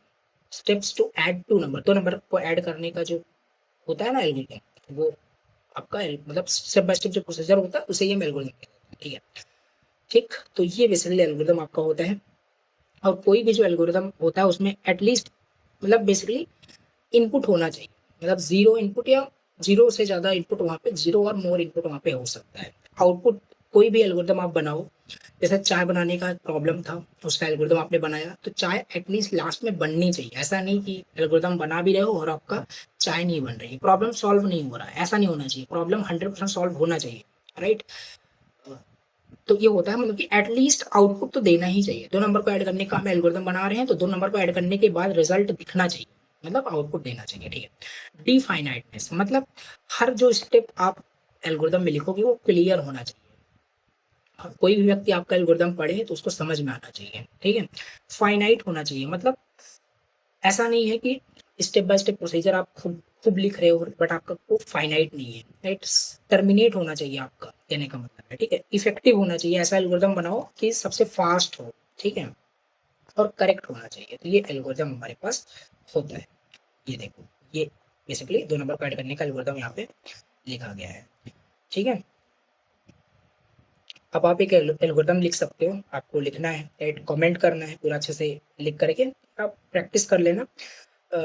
Digit सम करना है आपको किसी भी डिजिट का, राइट। बेसिकली तो बेसिकली यहाँ पे आपको क्या करना है, किसी भी नंबर के डिजिट का सम करना है। इससे आपको नंबर दिया गया 1 2 3, तो अब इसके डिजिट को सम करना है, मतलब 1 2 3 तीनों को ऐड करोगे कितना आएगा, 6 आएगा। तो ये आउटपुट आना चाहिए। तो इसके लिए आप एल्गोरिदम बनाइए, राइट, अच्छे से कर सकते हो, ठीक है। तो ये हो गया आपका यूनिट फर्स्ट का complete one shot finish, okay. एक बार चलो मैं आपको पहले सिलेबस फिर से दिखा देता हूँ। बहुत सारी चीजें मैंने एक्स्ट्रा यहाँ पे आपको पढ़ा दिया, राइट। बट सारी चीज़ें इंपॉर्टेंट है समझ मतलब कॉन्सेप्ट बिल्ड करने के लिए। तो ये देखो कितना छोटा सिलेबस दिया था, राइट? स्ट्रक्चर ये सारी चीज़ें बहुत बेसिक है, बट मैं डिटेल में आपको बहुत अच्छे से समझा, इस वजह से थोड़ा सा लेक्चर लेंथी हो गया। Okay, so yes, thank you so much for watching this lecture. Channel पे फर्स्ट टाइम विजिट किया, प्लीज़ सब्सक्राइब करना और प्लीज़ लास्ट में लाइक कर देना और कमेंट कर देना समझ में आया कि नहीं, अपना फीडबैक जरूर शेयर करना। नोट्स के लिए डिस्क्रिप्शन बॉक्स में डाउनलोड कर लेना और अदर यूनिट का जो वन शॉट है जाके प्लेलिस्ट में चेक कर लेना। Thank you so much.